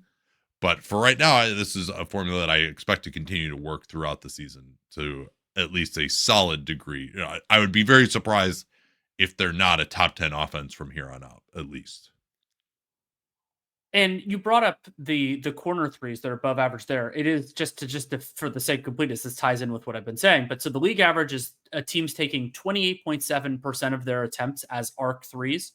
The Rockets are at 20%. They're dead last by a ton. And so there are challenges there if you think about a playoff series and everything else, but like they don't really have that many guys that are good at that shot. So one way of solving that, squaring that circle, is to just not take them in the first place. And so I think that we'll see what it looks like. The Rockets are good enough that they'll play in playoff series. And there's some other quirky stuff, like they're shooting an impossible almost 1.6 points per chance on transition threes as that's in the tracking part of Synergy. So I think that's the Sport Radar data. So some things like that. That's a great example of something that will regress to the mean. But there's a lot here that is legit. Let's go to the Phoenix Suns next. The Suns are a surprising 11-6 and are 5-1 since the last 15-60. I think they started the season 1-4, something like that. And they're 7th in net rating. This isn't just winning close games, plus 6.6 per 100 possessions. 8th on offense, 8th on defense. But BPI, because as it does, gets a lot to preseason expectations still. 40-42, which would be the 8th seed. Yeah, and double L, Collin Gillespie. Is it Gillespie or Gillespie? It is Gillespie. Excuse me. My tongue got. No, am I wrong? I say it Gillespie. Yeah, Gillespie. Okay, and it is Gillespie. So hasn't been their starting point guard, but he's been their closing point guards on a lot of nights, and he's not an unbelievable player to be sure, but he's very feisty. He'll make plays defensively, take charges, get out in transition. I credited him in that Minnesota game of being one of the guys who just brings energy, and he was even pretty decent for them and probably should have played more last year, frankly, given some of the elements that they were missing. He probably would have given them more than Bradley Beal, quite frankly. So, but he's been running a lot of pick and roll as their secondary ball handler, especially with Grayson Allen now out. And I noted that they started that Booker at point guard with basically no other ball handlers lineup, but he played a lot with Booker in that Minnesota game, and they took care of the Spurs tonight as well. In pick and roll, he doesn't do anything I would say incredibly well, but he's shooting incredibly well from 3 on spot ups. He's 29 of 57 on catch and shoot threes this season. And he's been terrible on off the dribble threes. 6 of 26 on jumpers off the dribble out of the pick and roll. 4 of 20 on threes out of the pick and roll. But teams are defending him like he's going to shoot that shot. And he will. He just hasn't been making it. Now, I think there's probably, won't shoot it as well. 50% on catch and shoot threes. He will shoot it better on off the dribble threes. But he's been able to play reasonably well out of pick and roll, even though he hasn't scored particularly well, because teams are actually getting up on him. And that gives him a chance to hit it to the roll man. On the second unit, he's been playing with Oso Ighodaro, where he's a nice fit there where the big has to get up.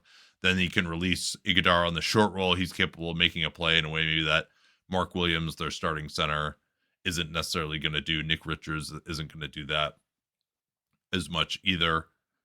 He's not an elite ball handler, but he's good enough to bring the ball up, get to his spots against second units.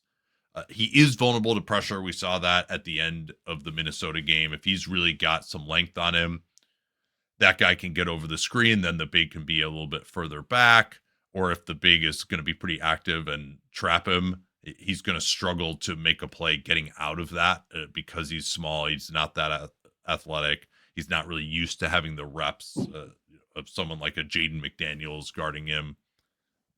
And if you put pressure on him, he's prone to maybe turning it over up top, like that Julius Randle pick 6 that he gave up at the end of the Minnesota game that I thought ended the game, as did you, and turned out it didn't.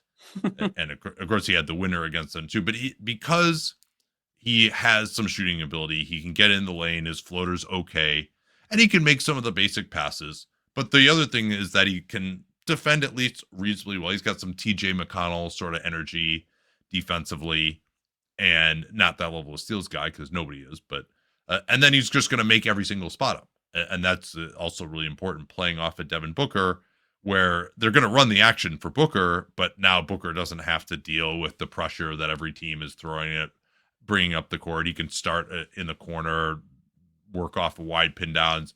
Gillespie can throw that pass to him, and then you can't leave him after that point and just put the passer's defender into the lap of the guy coming off the screen. If he does, then he'll just fade to the opposite side and have a wide open 3 immediately, which he's going to knock down. So he definitely, again, he might end up being even considered by me a lower end starting point guard.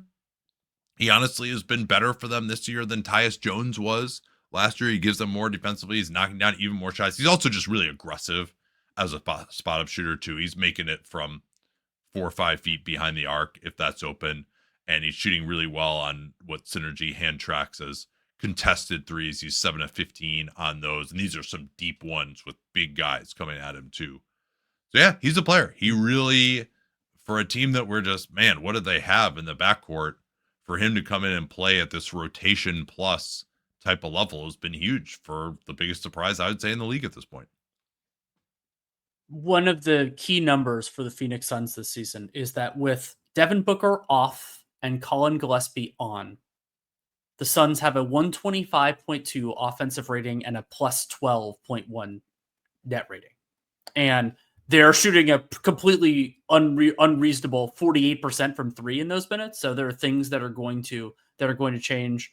But just having those minutes be viable, that was how they won the game against Minnesota, is central to the success that they've had so far. Where are we going next? Well, we just talked about the Minnesota Timberwolves a fair amount. Let's talk about them, even though the person I'm going to break down was not a big factor in that game. Absolutely. They are 10-6, worse record than the Phoenix Suns. 3-2 since we last checked in on them. They are 6th in net rating at plus 6.8. The offense is 6th. The defense is up to 10th now. We detailed a couple of weeks ago just how absolutely atrocious it had been for them defensively with Naz Reid and Julius Randle on the floor, basically Rudy Gobert off the floor. But nonetheless, they trundle on, projecting for 47 wins. That would be the 6th seed and a 94% chance of making the playoffs. And Rob Dillingham, we all remember the theory of the trade that they didn't have another point guard in the mix for them. As it turned out, they would end up later making a trade for Donte DiVincenzo, who's not a point guard, but is maybe a starter level player. He's been starting at point guard for them, but they didn't know they were going to have him at that time. They didn't have any sort of a Mike Conley replacement. They gave up a 2030 swap and a 2031 first rounder to the San Antonio Spurs to move into the 8th position to draft him. You knew it was going to take some time because he was a smaller player. What are we seeing from him now as we're moving into year 2? This is very preliminary. And so it's a combination of stats and film. But I would say, the numbers are rough. The film is not great, but better than that. Rob Dillingham, 44% true shooting on 25 usage. And he's only making 25% of his threes and only taking 3.7 per 36. That attempt rate is genuinely concerning for me. And making 43% of his twos. Yeah, that's really bad because being a great shooter was really supposed to be the foundation of his game. Particularly when some of what I liked most about Dillingham was that his ability to move off the ball and generate threes, which meshes pretty well with some of the lineups that the Wolves could theoretically put out there. But he's just not getting them up and they're not going in. And the good news in terms of, 12.6 twos per 36. Now he's not playing many minutes. So it's kind of, you get into some of these silly season stuff just because it's not a representative sample of what his eventual role could be. But about half of his twos are within 5 feet. And he's only making 52% with 2 dunks on the season. Not that he's going to dunk a lot anyway. 45% on layups and has only taken 3 runners on the season. And overall, they've been a pretty putrid 104 offensive rating with Dillingham on the floor. And most of his minutes have come without Anthony Edwards. Those have actually been better in terms of offensive rating.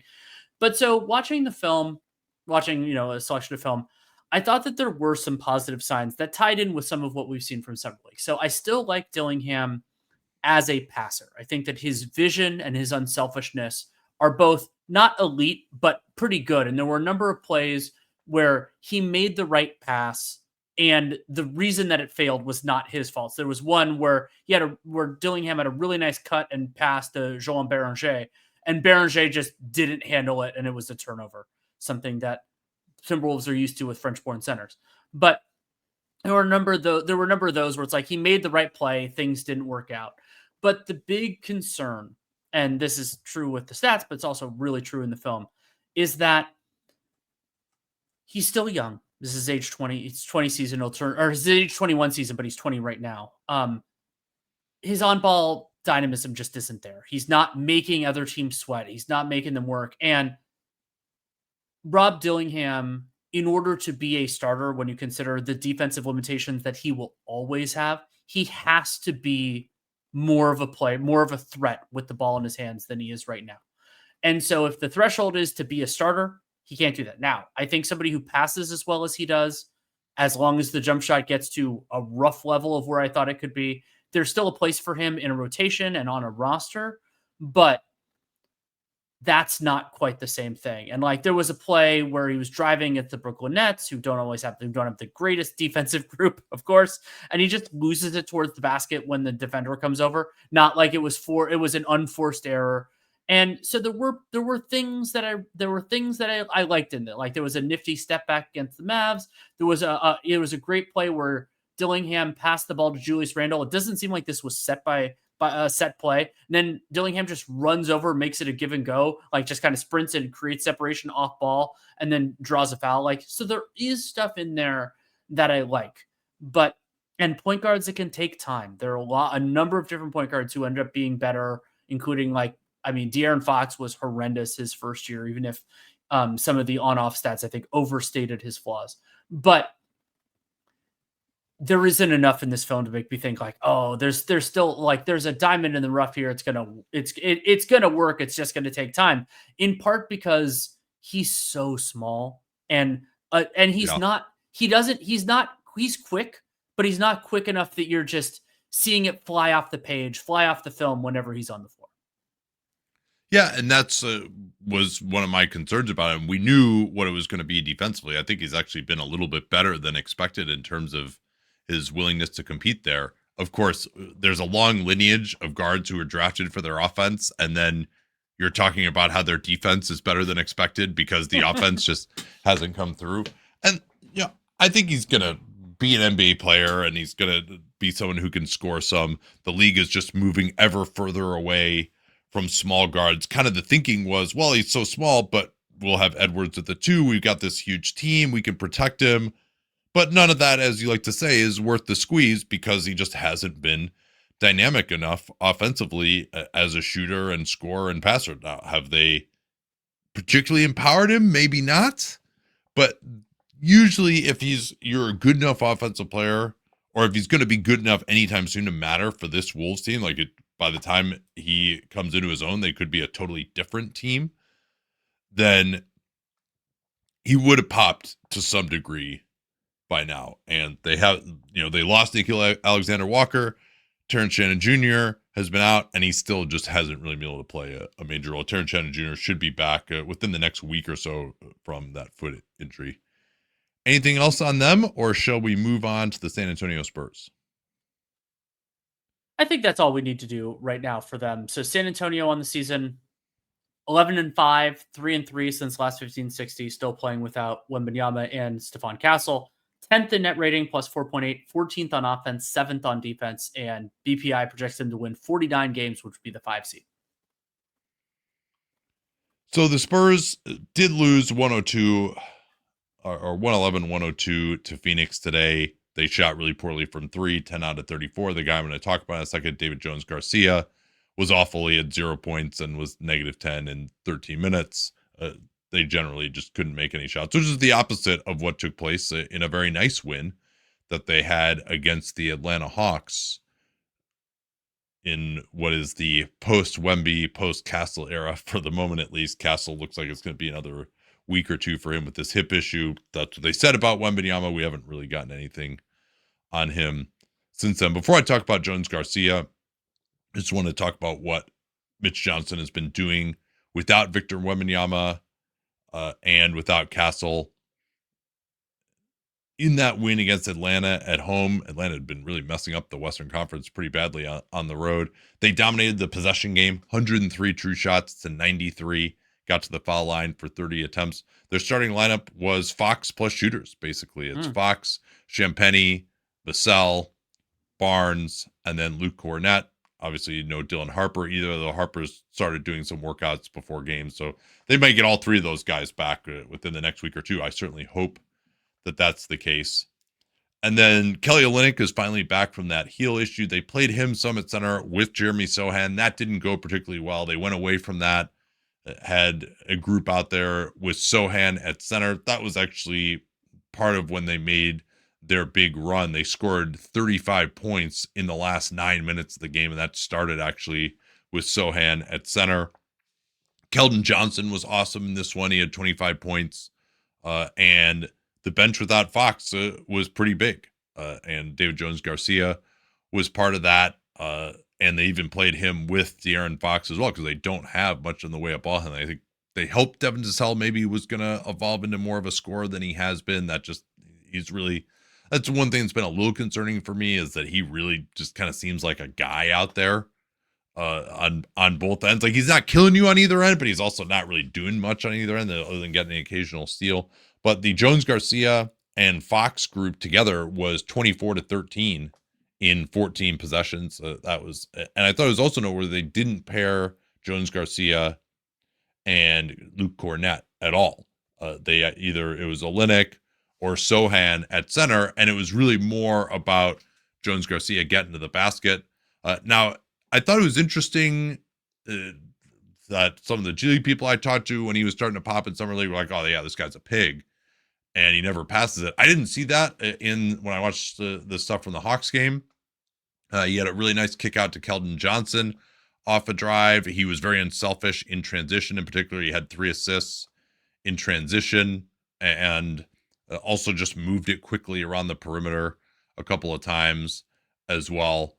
And what was most impressive, though, is he does get to the basket. And against a Hawks team that has really no pigeons out there, you would think, without Trae Young, they tried to target Vic Krejci quite a bit, and Jones-Garcia went right past him a couple of times for layups. He's got a pretty good right hand for a lefty as well. His finishing ability was impressive. He hit a step back three on Jalen Johnson and then blew by Jalen Johnson for another Nash layup with his right hand. He went right at Dyson Daniels one time, got in the lane and got fouled on him. And then defensively, he had some nice steals as well. He had a tap away and then a hit ahead to Fox for a dunk. He just picked Dyson Daniels' pocket right at midcourt and got himself a dunk as well. So very impressive by him, and his role will probably be reduced relatively soon with the return of Dylan Harper and Stephon Castle. But at least for a little bit, he helped them keep afloat, even with all these ball handlers out. That's awesome. I mean, David Jones-Garcia was one of the two-way guys that really popped for me at Summer League and in preseason, and so he won't. I kind of hope he doesn't have the opportunity, because that means the guys that are exciting for the Spurs are actually playing. But it's good to see him get that opportunity. Who's up next for you? Let's go to Memphis, as we will tomorrow night for the game against the Denver Nuggets. Or wait, is that game in Denver? No, it's in Memphis, right? We do these games remotely, in case you guys didn't realize that. It's in Memphis. Yeah, they're 6-11. Riding this ship at least a little bit. I kind of want to say I haven't watched them too closely in the last bit, but John Jaren being out might actually have something to do with that. I know Jaren is not officially on the protest list. He's been out with a sprained ankle. He's questionable for tomorrow. He's missed 2 straight. But the fact that they've looked more competent, almost to me, it's like, well, they got the guys out of there who weren't playing hard and frankly didn't seem to be on board with the coach's system. Well, and also getting Edey back really helped too. Yeah. Less Jock Landale is probably good for everyone. They're negative 5.0 net rating, 22nd in the league, 25th on offense. They're actually now up to 17th on defense. That's where they've gotten a little bit more robust. They're 37-45 is their projection for the 10th seed, which is interesting that they're still projected to actually be in the mix there by BPI, 23% chance of making the playoffs. There was this spat over the weekend with John Morant talking a bunch of shit to Klay Thompson. You can put me on the Klay Thompson side of that. John Morant being this huge shit talker when they were a 55-win team and he was an all-NBA player was great. Once he, that side of his personality was pretty clearly shown to have a dark side, that wasn't great. And now you're basically have been one of the worst players in the NBA all season. You're out with a calf injury. Watching John Morant and Ty Jerome both with calf injuries, like sort of getting into the mix and having to be separated from Klay Thompson was pretty hilarious. And afterwards, Klay, yeah, go ahead. No, go ahead. Well, just because both those guys have calf injuries, I'm like, even if they're just sort of pushing against someone who's separating them, like, couldn't they re-injure themselves? Does Ty Jerome even have a calf anymore? Yeah, he's gonna be out 6 to 9 more weeks. High grade right calf strain. They didn't even say grade 3 because this one might 4. Be like a grade 10. This is the Grizzlies said Jerome is recovering well from the injury, according to the stories. This thing with Klay, and Klay said it perfectly. He said, yeah, you know what? Like John Morant being on the sidelines talking shit to a guy who's won 4 championships is basically the story of his career. Which, yeah, I would agree with that. Nate, you can tell John that Ty Jerome probably got high grades because he went to UVA, but this is not the kind of high grade that you want. Yeah, that's right. Yeah, the only kind of calf strain he knows how to get is a high grade one, right? So the guy I wanted to focus on is Jaylen Wells, because Jaylen Wells was my pick for Rookie of the Year last year and has really struggled so far. And 56% true shooting last year, 47% this year, and that's a mixture of a couple of things as I really went through it. And the part that should definitely improve is that Jaylen Wells was a good 3-point shooter at Wazoo. He was made 35% last year and taking about the same frequency, but down to 28 this year. And he's been highly assisted both years. So it's not like his shot his three mix changed a lot. 92% assisted this year, 91% last year. But he's just not making them so far. 29% on the catch and shoots, 26% on the pull-up three. So that part, I think, will improve. Like, it's just, he's a better shooter than he has been. The 2-point stuff, I think, is a little bit of a concern, both with the stats and with the film. So Jaylen Wells swapping some shots around the basket for floaters and long twos, which didn't make last year, isn't really making this year. And Synergy has it because these splits are done differently. That Jaylen Wells, 49% on 35 layups. So overall, that they put him in the 20th percentile at the rim, plus a disappointing 36% on runners. And these aren't like the biggest strengths of his game, but you're making more shots around the rim than you are away. And there were a couple things that stood out kind of on that thread, because that was something I did the stats before I watched the film. I'm like looking at like what is different, what is looking there. And so I think that it had really, I brought up Zach Edey as being an important part of the story for the Grizzlies since he's come back. And it did look like, because I'm watching randomized film, but when Edey was out there, Jaylen Wells' 2-point finish, his 2-point shots they were better shots and they were more open, because you have a road grader who can actually make something on a screen. And it isn't just like, oh, it's Jaylen Wells off the dribble. It's just somebody who occupies space, who occupies defensive players on the interior, makes all these differences. We talked about it a lot with Steven Adams, incidentally, former Grizzly Steven Adams, over the last couple of years with Houston. But it makes a difference for Jaylen Wells as well. And I think that the self-created stuff, like the self-created stuff for Jaylen Wells in the film doesn't look good, but it didn't really look good last year. That wasn't why I picked him as the Rookie of the Year. And so, yeah, they tried this thing where they gave him the Desmond Bane treatment to let him play point guard in summer league for a few games. Didn't look great. And so I think that, and that's a little bit more of it. And so part of the reason why he's not getting all the way to basket is that there isn't as much surrounding talent. And I didn't necessarily think that the LaRoche system that they did a lot more of last year before the change in their coaching staff, both last year and then in the offseason with Izalo getting the job and then changing over the staff.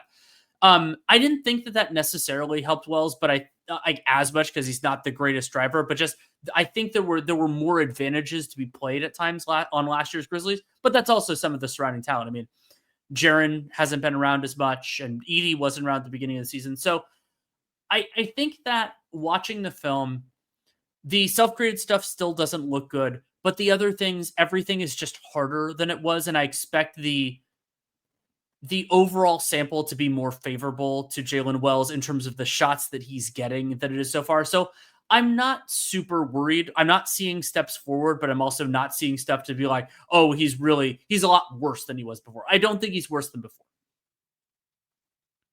Yeah, well, Thomas Isolo clearly is a moron. He's playing a guy with 46.9% true shooting, Jaylen Wells, over a guy with 47.6% true shooting, Kentavious Caldwell-Pope. So he really needs to just change up his rotation there.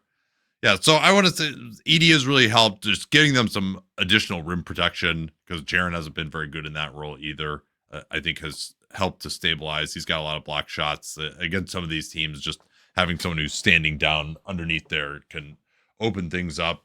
Hey, maybe we'll get to see some more Zach Edey post-ups at some point, which I've been eager to see if that could work. And he does have pretty good touch on that hook shot. So maybe that's something we'll get to see tomorrow night on the strategy stream. Did you do anything else on these guys?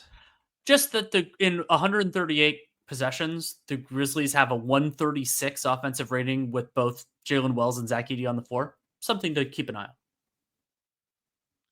Yeah, I mean, I don't know how much Wells would be driving that either way, but no. Yeah, just that like when they've had some of their guys on the floor, it's been better than it was. Okay, how about we move on now to the Oklahoma City Thunder? Ho hum, 17-1 on the season, undefeated since the last 15 and 60, plus 18.5 net rating through 18 games. Third on offense, first on defense by 1 3/4 miles. Projected to win 68 games, which, yes, that would be the number 1 seed. They are ridiculous.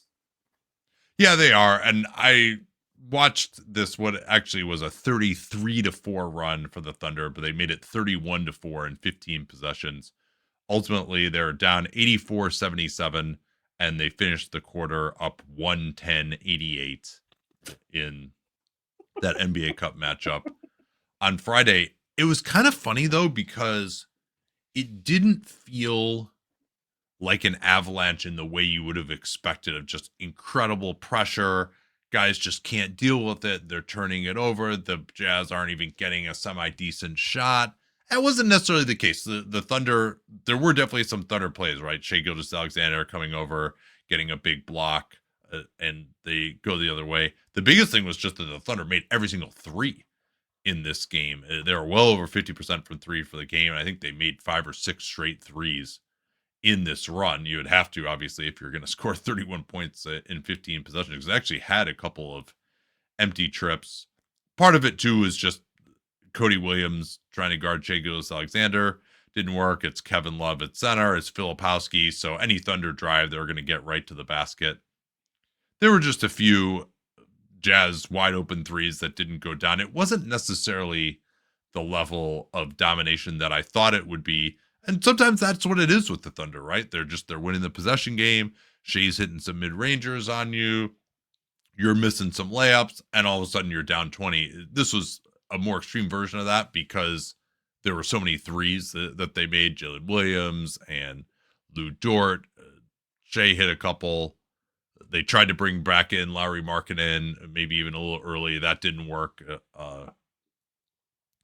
So, I didn't have a ton of huge take. I guess the other takeaway I would say that was very typical Thunder was they were virtually just murdering the Jazz on the perimeter. And the Jazz, because they weren't getting calls, like there was one play where Svi Mihaliuk gets it on the side. Lou Dort closes him down, kind of bumps into him, and causes Svi to step out of bounds with his foot. But like he was just standing there and he got shoved, and like that's what made him go out of bounds. And they just called a turnover instead of a foul on Lou Dort. And they were being extremely physical with Lauri Markkanen, not letting him come off of screens. The Jazz couldn't get anything going backdoor either.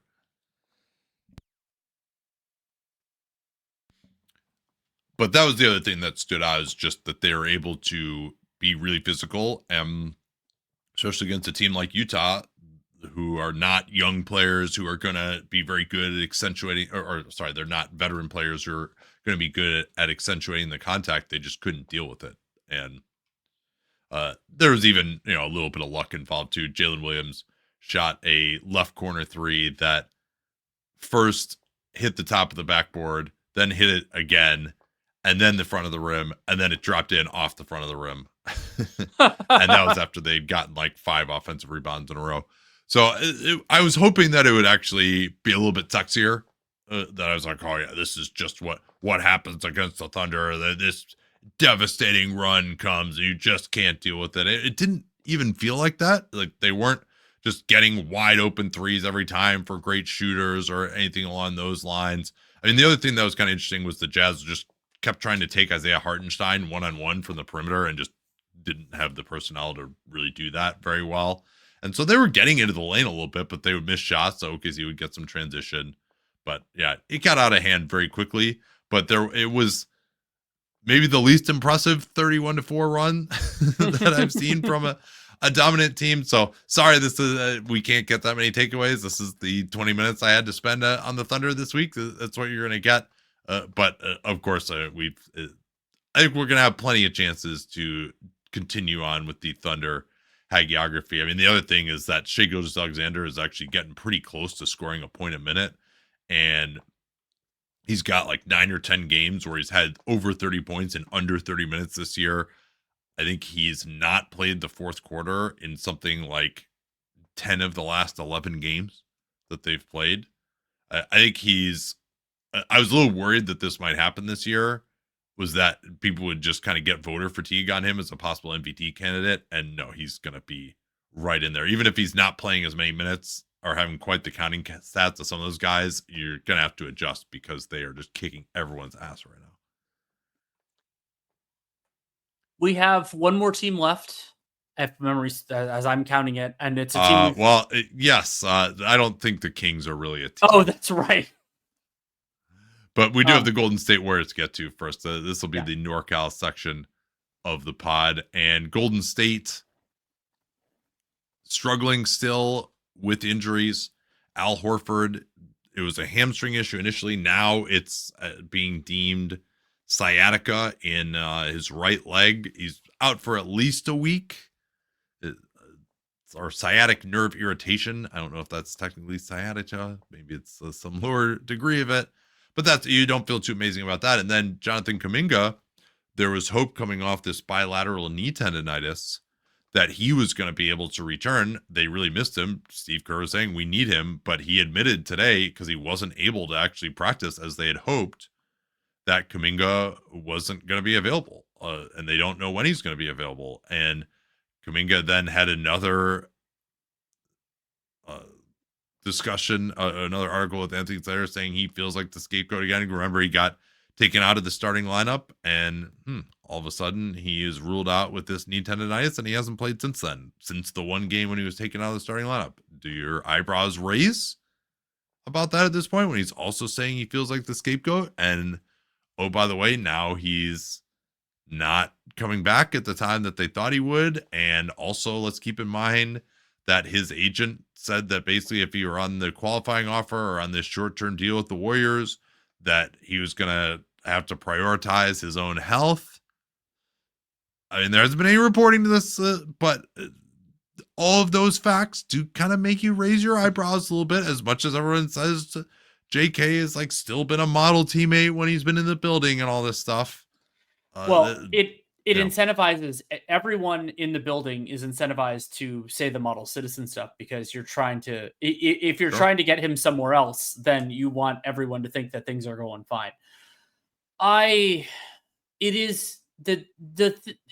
still think it's an injury, but the timing of this additional interview is just bizarre in terms of like, why would this need to come out now? But talk when you talk. So it's well, it happened because he got taken out of the starting lineup, and Steve Kerr again was like, "Oh, he's a starter for us," and then all of a sudden he's not a starter. And to say, "Oh, yeah, I'm being deemed the scapegoat," after one game that you don't start. Both, by the way, you won both those games. But I do think that there is something to that for Kuminga, because let's not forget, Steph Curry basically was. And again, maybe Kuminga's this knee tendonitis thing. He was trying to play through it. He wasn't playing well. That's part of why he ended up having to be taken out of the starting lineup. But Steph Curry had been out basically for 4 games.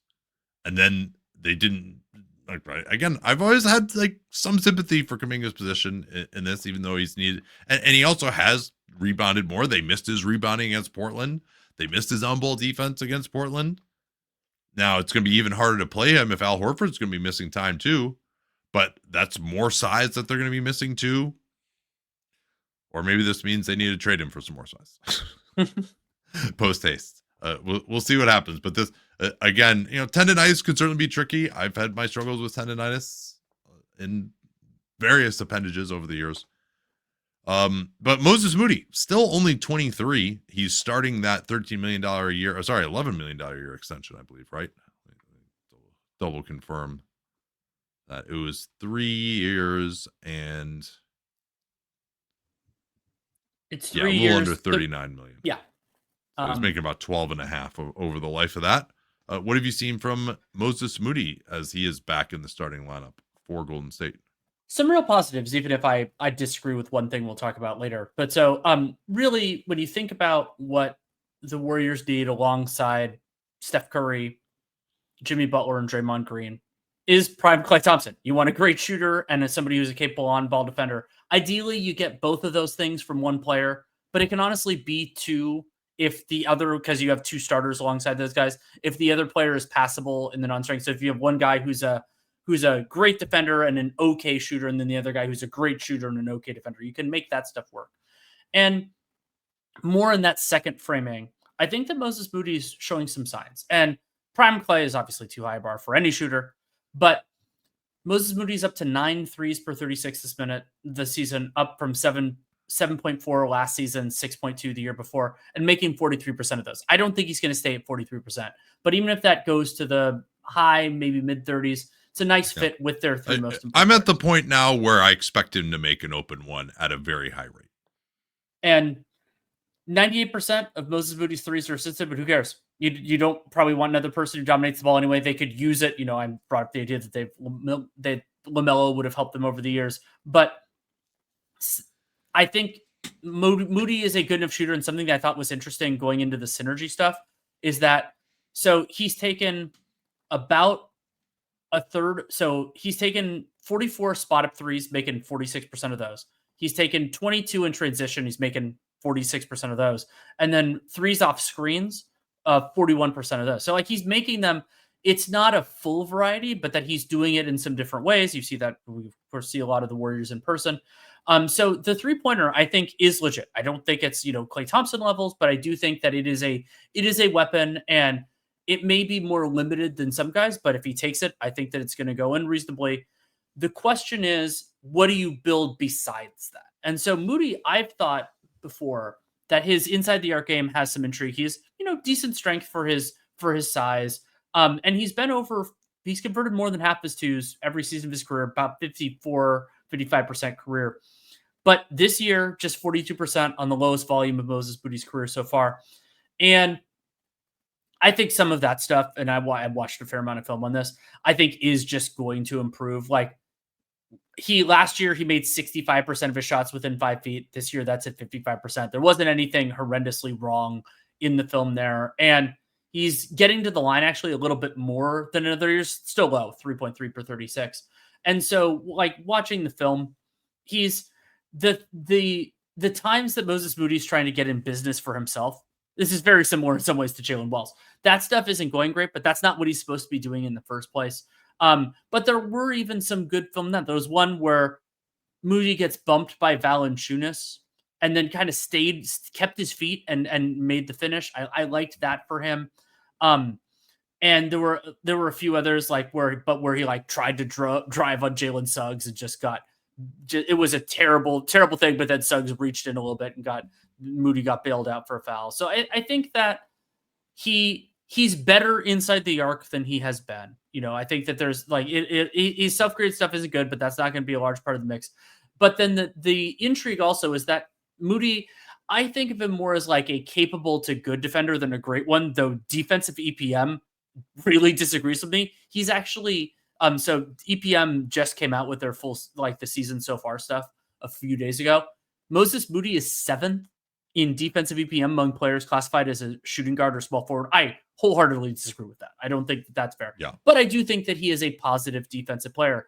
The challenge for the Warriors, though, is that I think he's more of like a team defender than a guy that you want defending on ball, or a guy, and this came up in the Blazers game, who you want defending big wings. And so he's more of a guy who can fit within a scheme rather than a person who can set the tone. And the Warriors with Steph and Jimmy and Draymond, they probably, even if that person is a little bit worse overall, they probably want somebody who's a little bit more of a specialist. It's just hard to find. Yeah, it is. And Moody really struggled against Deni Avdija, who is the kind of guy you would hope maybe he could defend, because he also struggles against quicker guys too. Now, he's played more in the front court at times, and he is strong.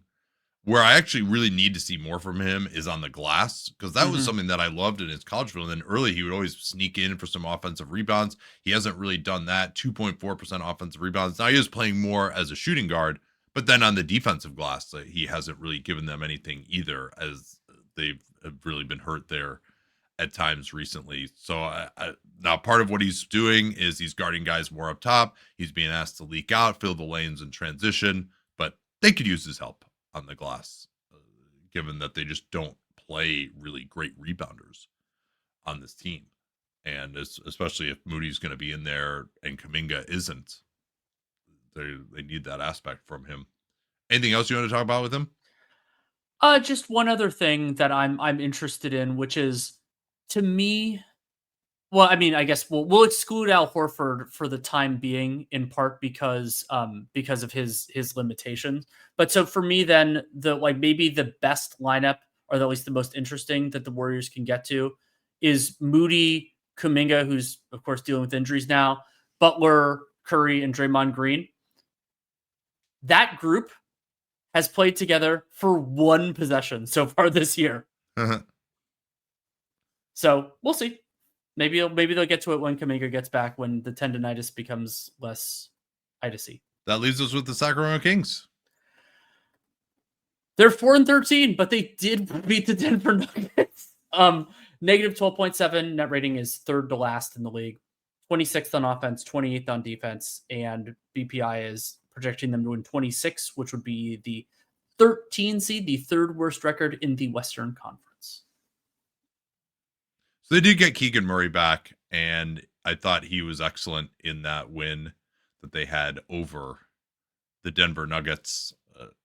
Russell Westbrook got the headlines with 21 and 11, although he still was negative 13 going against his old team. Dennis Schroeder had his best game as a King. He was plus 20 off the bench. He had 20, but he did it on fewer than 10 shots. But Keegan Murray, 19 points in 36 minutes. He came back last week with a thumb issue and was doing a little bit more off the dribble than what we've seen. And I think they clearly do need to explore that a lot more on what's looking like a very lost season for these guys. He went at Jamal Murray, sloughed him off, went to a mid-range fadeaway. He got on the offensive glass, which I think is always something that he could do a little bit more of. I do like him offensively playing more as a power forward, even though they don't have anyone else to play power forward, so he kind of has to, but that's not what I think would be ideal, because he shoots it well enough to be a small forward.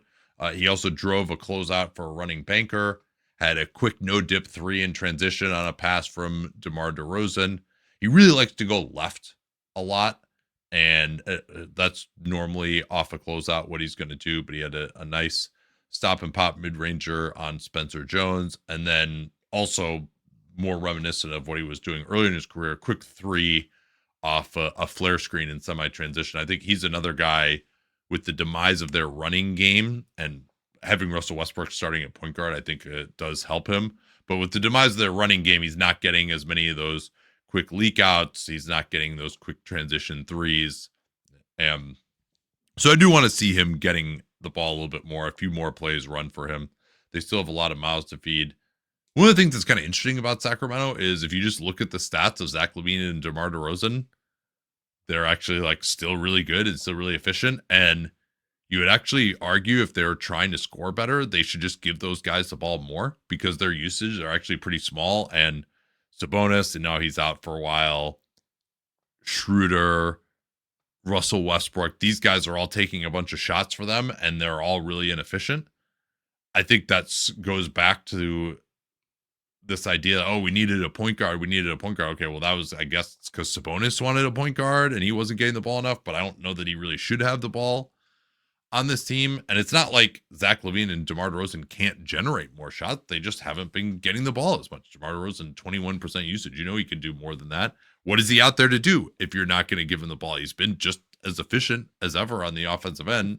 Has he slowed down defensively? Sure. But if you're going to have him out there defensively and playing power forward and getting lit up inside, give the guy the ball. When he's out there, you maybe play him less, but when he's there, give him the ball. Don't let funnel more shots to Westbrook and Schroeder. Well, and it isn't, as you brought up with Westbrook, the problem is the exact thing you were saying about Zach LaVine of if you have him in, you have to give him the ball, is even more true for Westbrook, because he's a terrible shooter. And so if he's not having the ball in his hands, then he really doesn't have a point. But then they could do some stuff with Malik Monk. They could do, Schroeder, I think, can flow better in that role in certain respects. Not that Schroeder in the starting lineup did well, but it's a more creative coach and coaching staff could, I think, accentuate the strengths of the remaining group better than they have. Instead, it's more, it feels like it's more the traditional structures and focus more on this guy is one of our 5 best players. Not that I necessarily agree with that. Then how do we make our best players the best version that we can do currently of themselves? Last thing on them, Nick Clifford has not been able to really get going yet. They've been playing him some, but he's at 46% true shooting and also just hasn't really been generating shots. Again, I would like to see more of him. Hopefully at some point in this lost year, we'll get to see him and Keegan Murray with a chance to make some plays and be more than just total support players, because everyone else is not really part of the Kings' future at this point in time. But yeah, I do think that the theory behind the Schroeder acquisition was just really so flawed for them, especially when you consider that they had to move some things around. Not that Valanciunas has been unbelievable. I think Drew Eubanks has been okay. They're starting to play Maxime Renault a little bit. We'll see how we'll check in on that once he gets a few more minutes under his belt. But it's just bringing in another guy who needs the ball on this team that already had too many. Yes, you can't put a big round PG next to Malik Monk or Zach LaVine or DeMar DeRozan, but they all need to handle the ball. And so just reducing their usage when they're very efficient just didn't seem to make a lot of sense to me. Obviously, part of the issue is that you have both LaVine and DeRozan on the team too. Anyway, before I make a Bulls joke, love you, Bulls. But we're gonna go home. So yeah, thanks so much for subscribing, listening. If you are on YouTube, please give us a subscribe and a like and a comment. That definitely helps us a lot. We're seeing some great growth in the channel, and of course, we'll have that Deni Avdija video out for you probably in the next couple of days as well. Once Dan gets a chance to put that film together with the clips that I've highlighted already, we'll be doing clutch calls probably Tuesday, Wednesday, and Friday. Assuming there are clutch games for me to call, which I very much hope there will be. And I'm going to end the show now because I'm not very good at that. We will talk to you all on Tuesday night for the NBA Cup.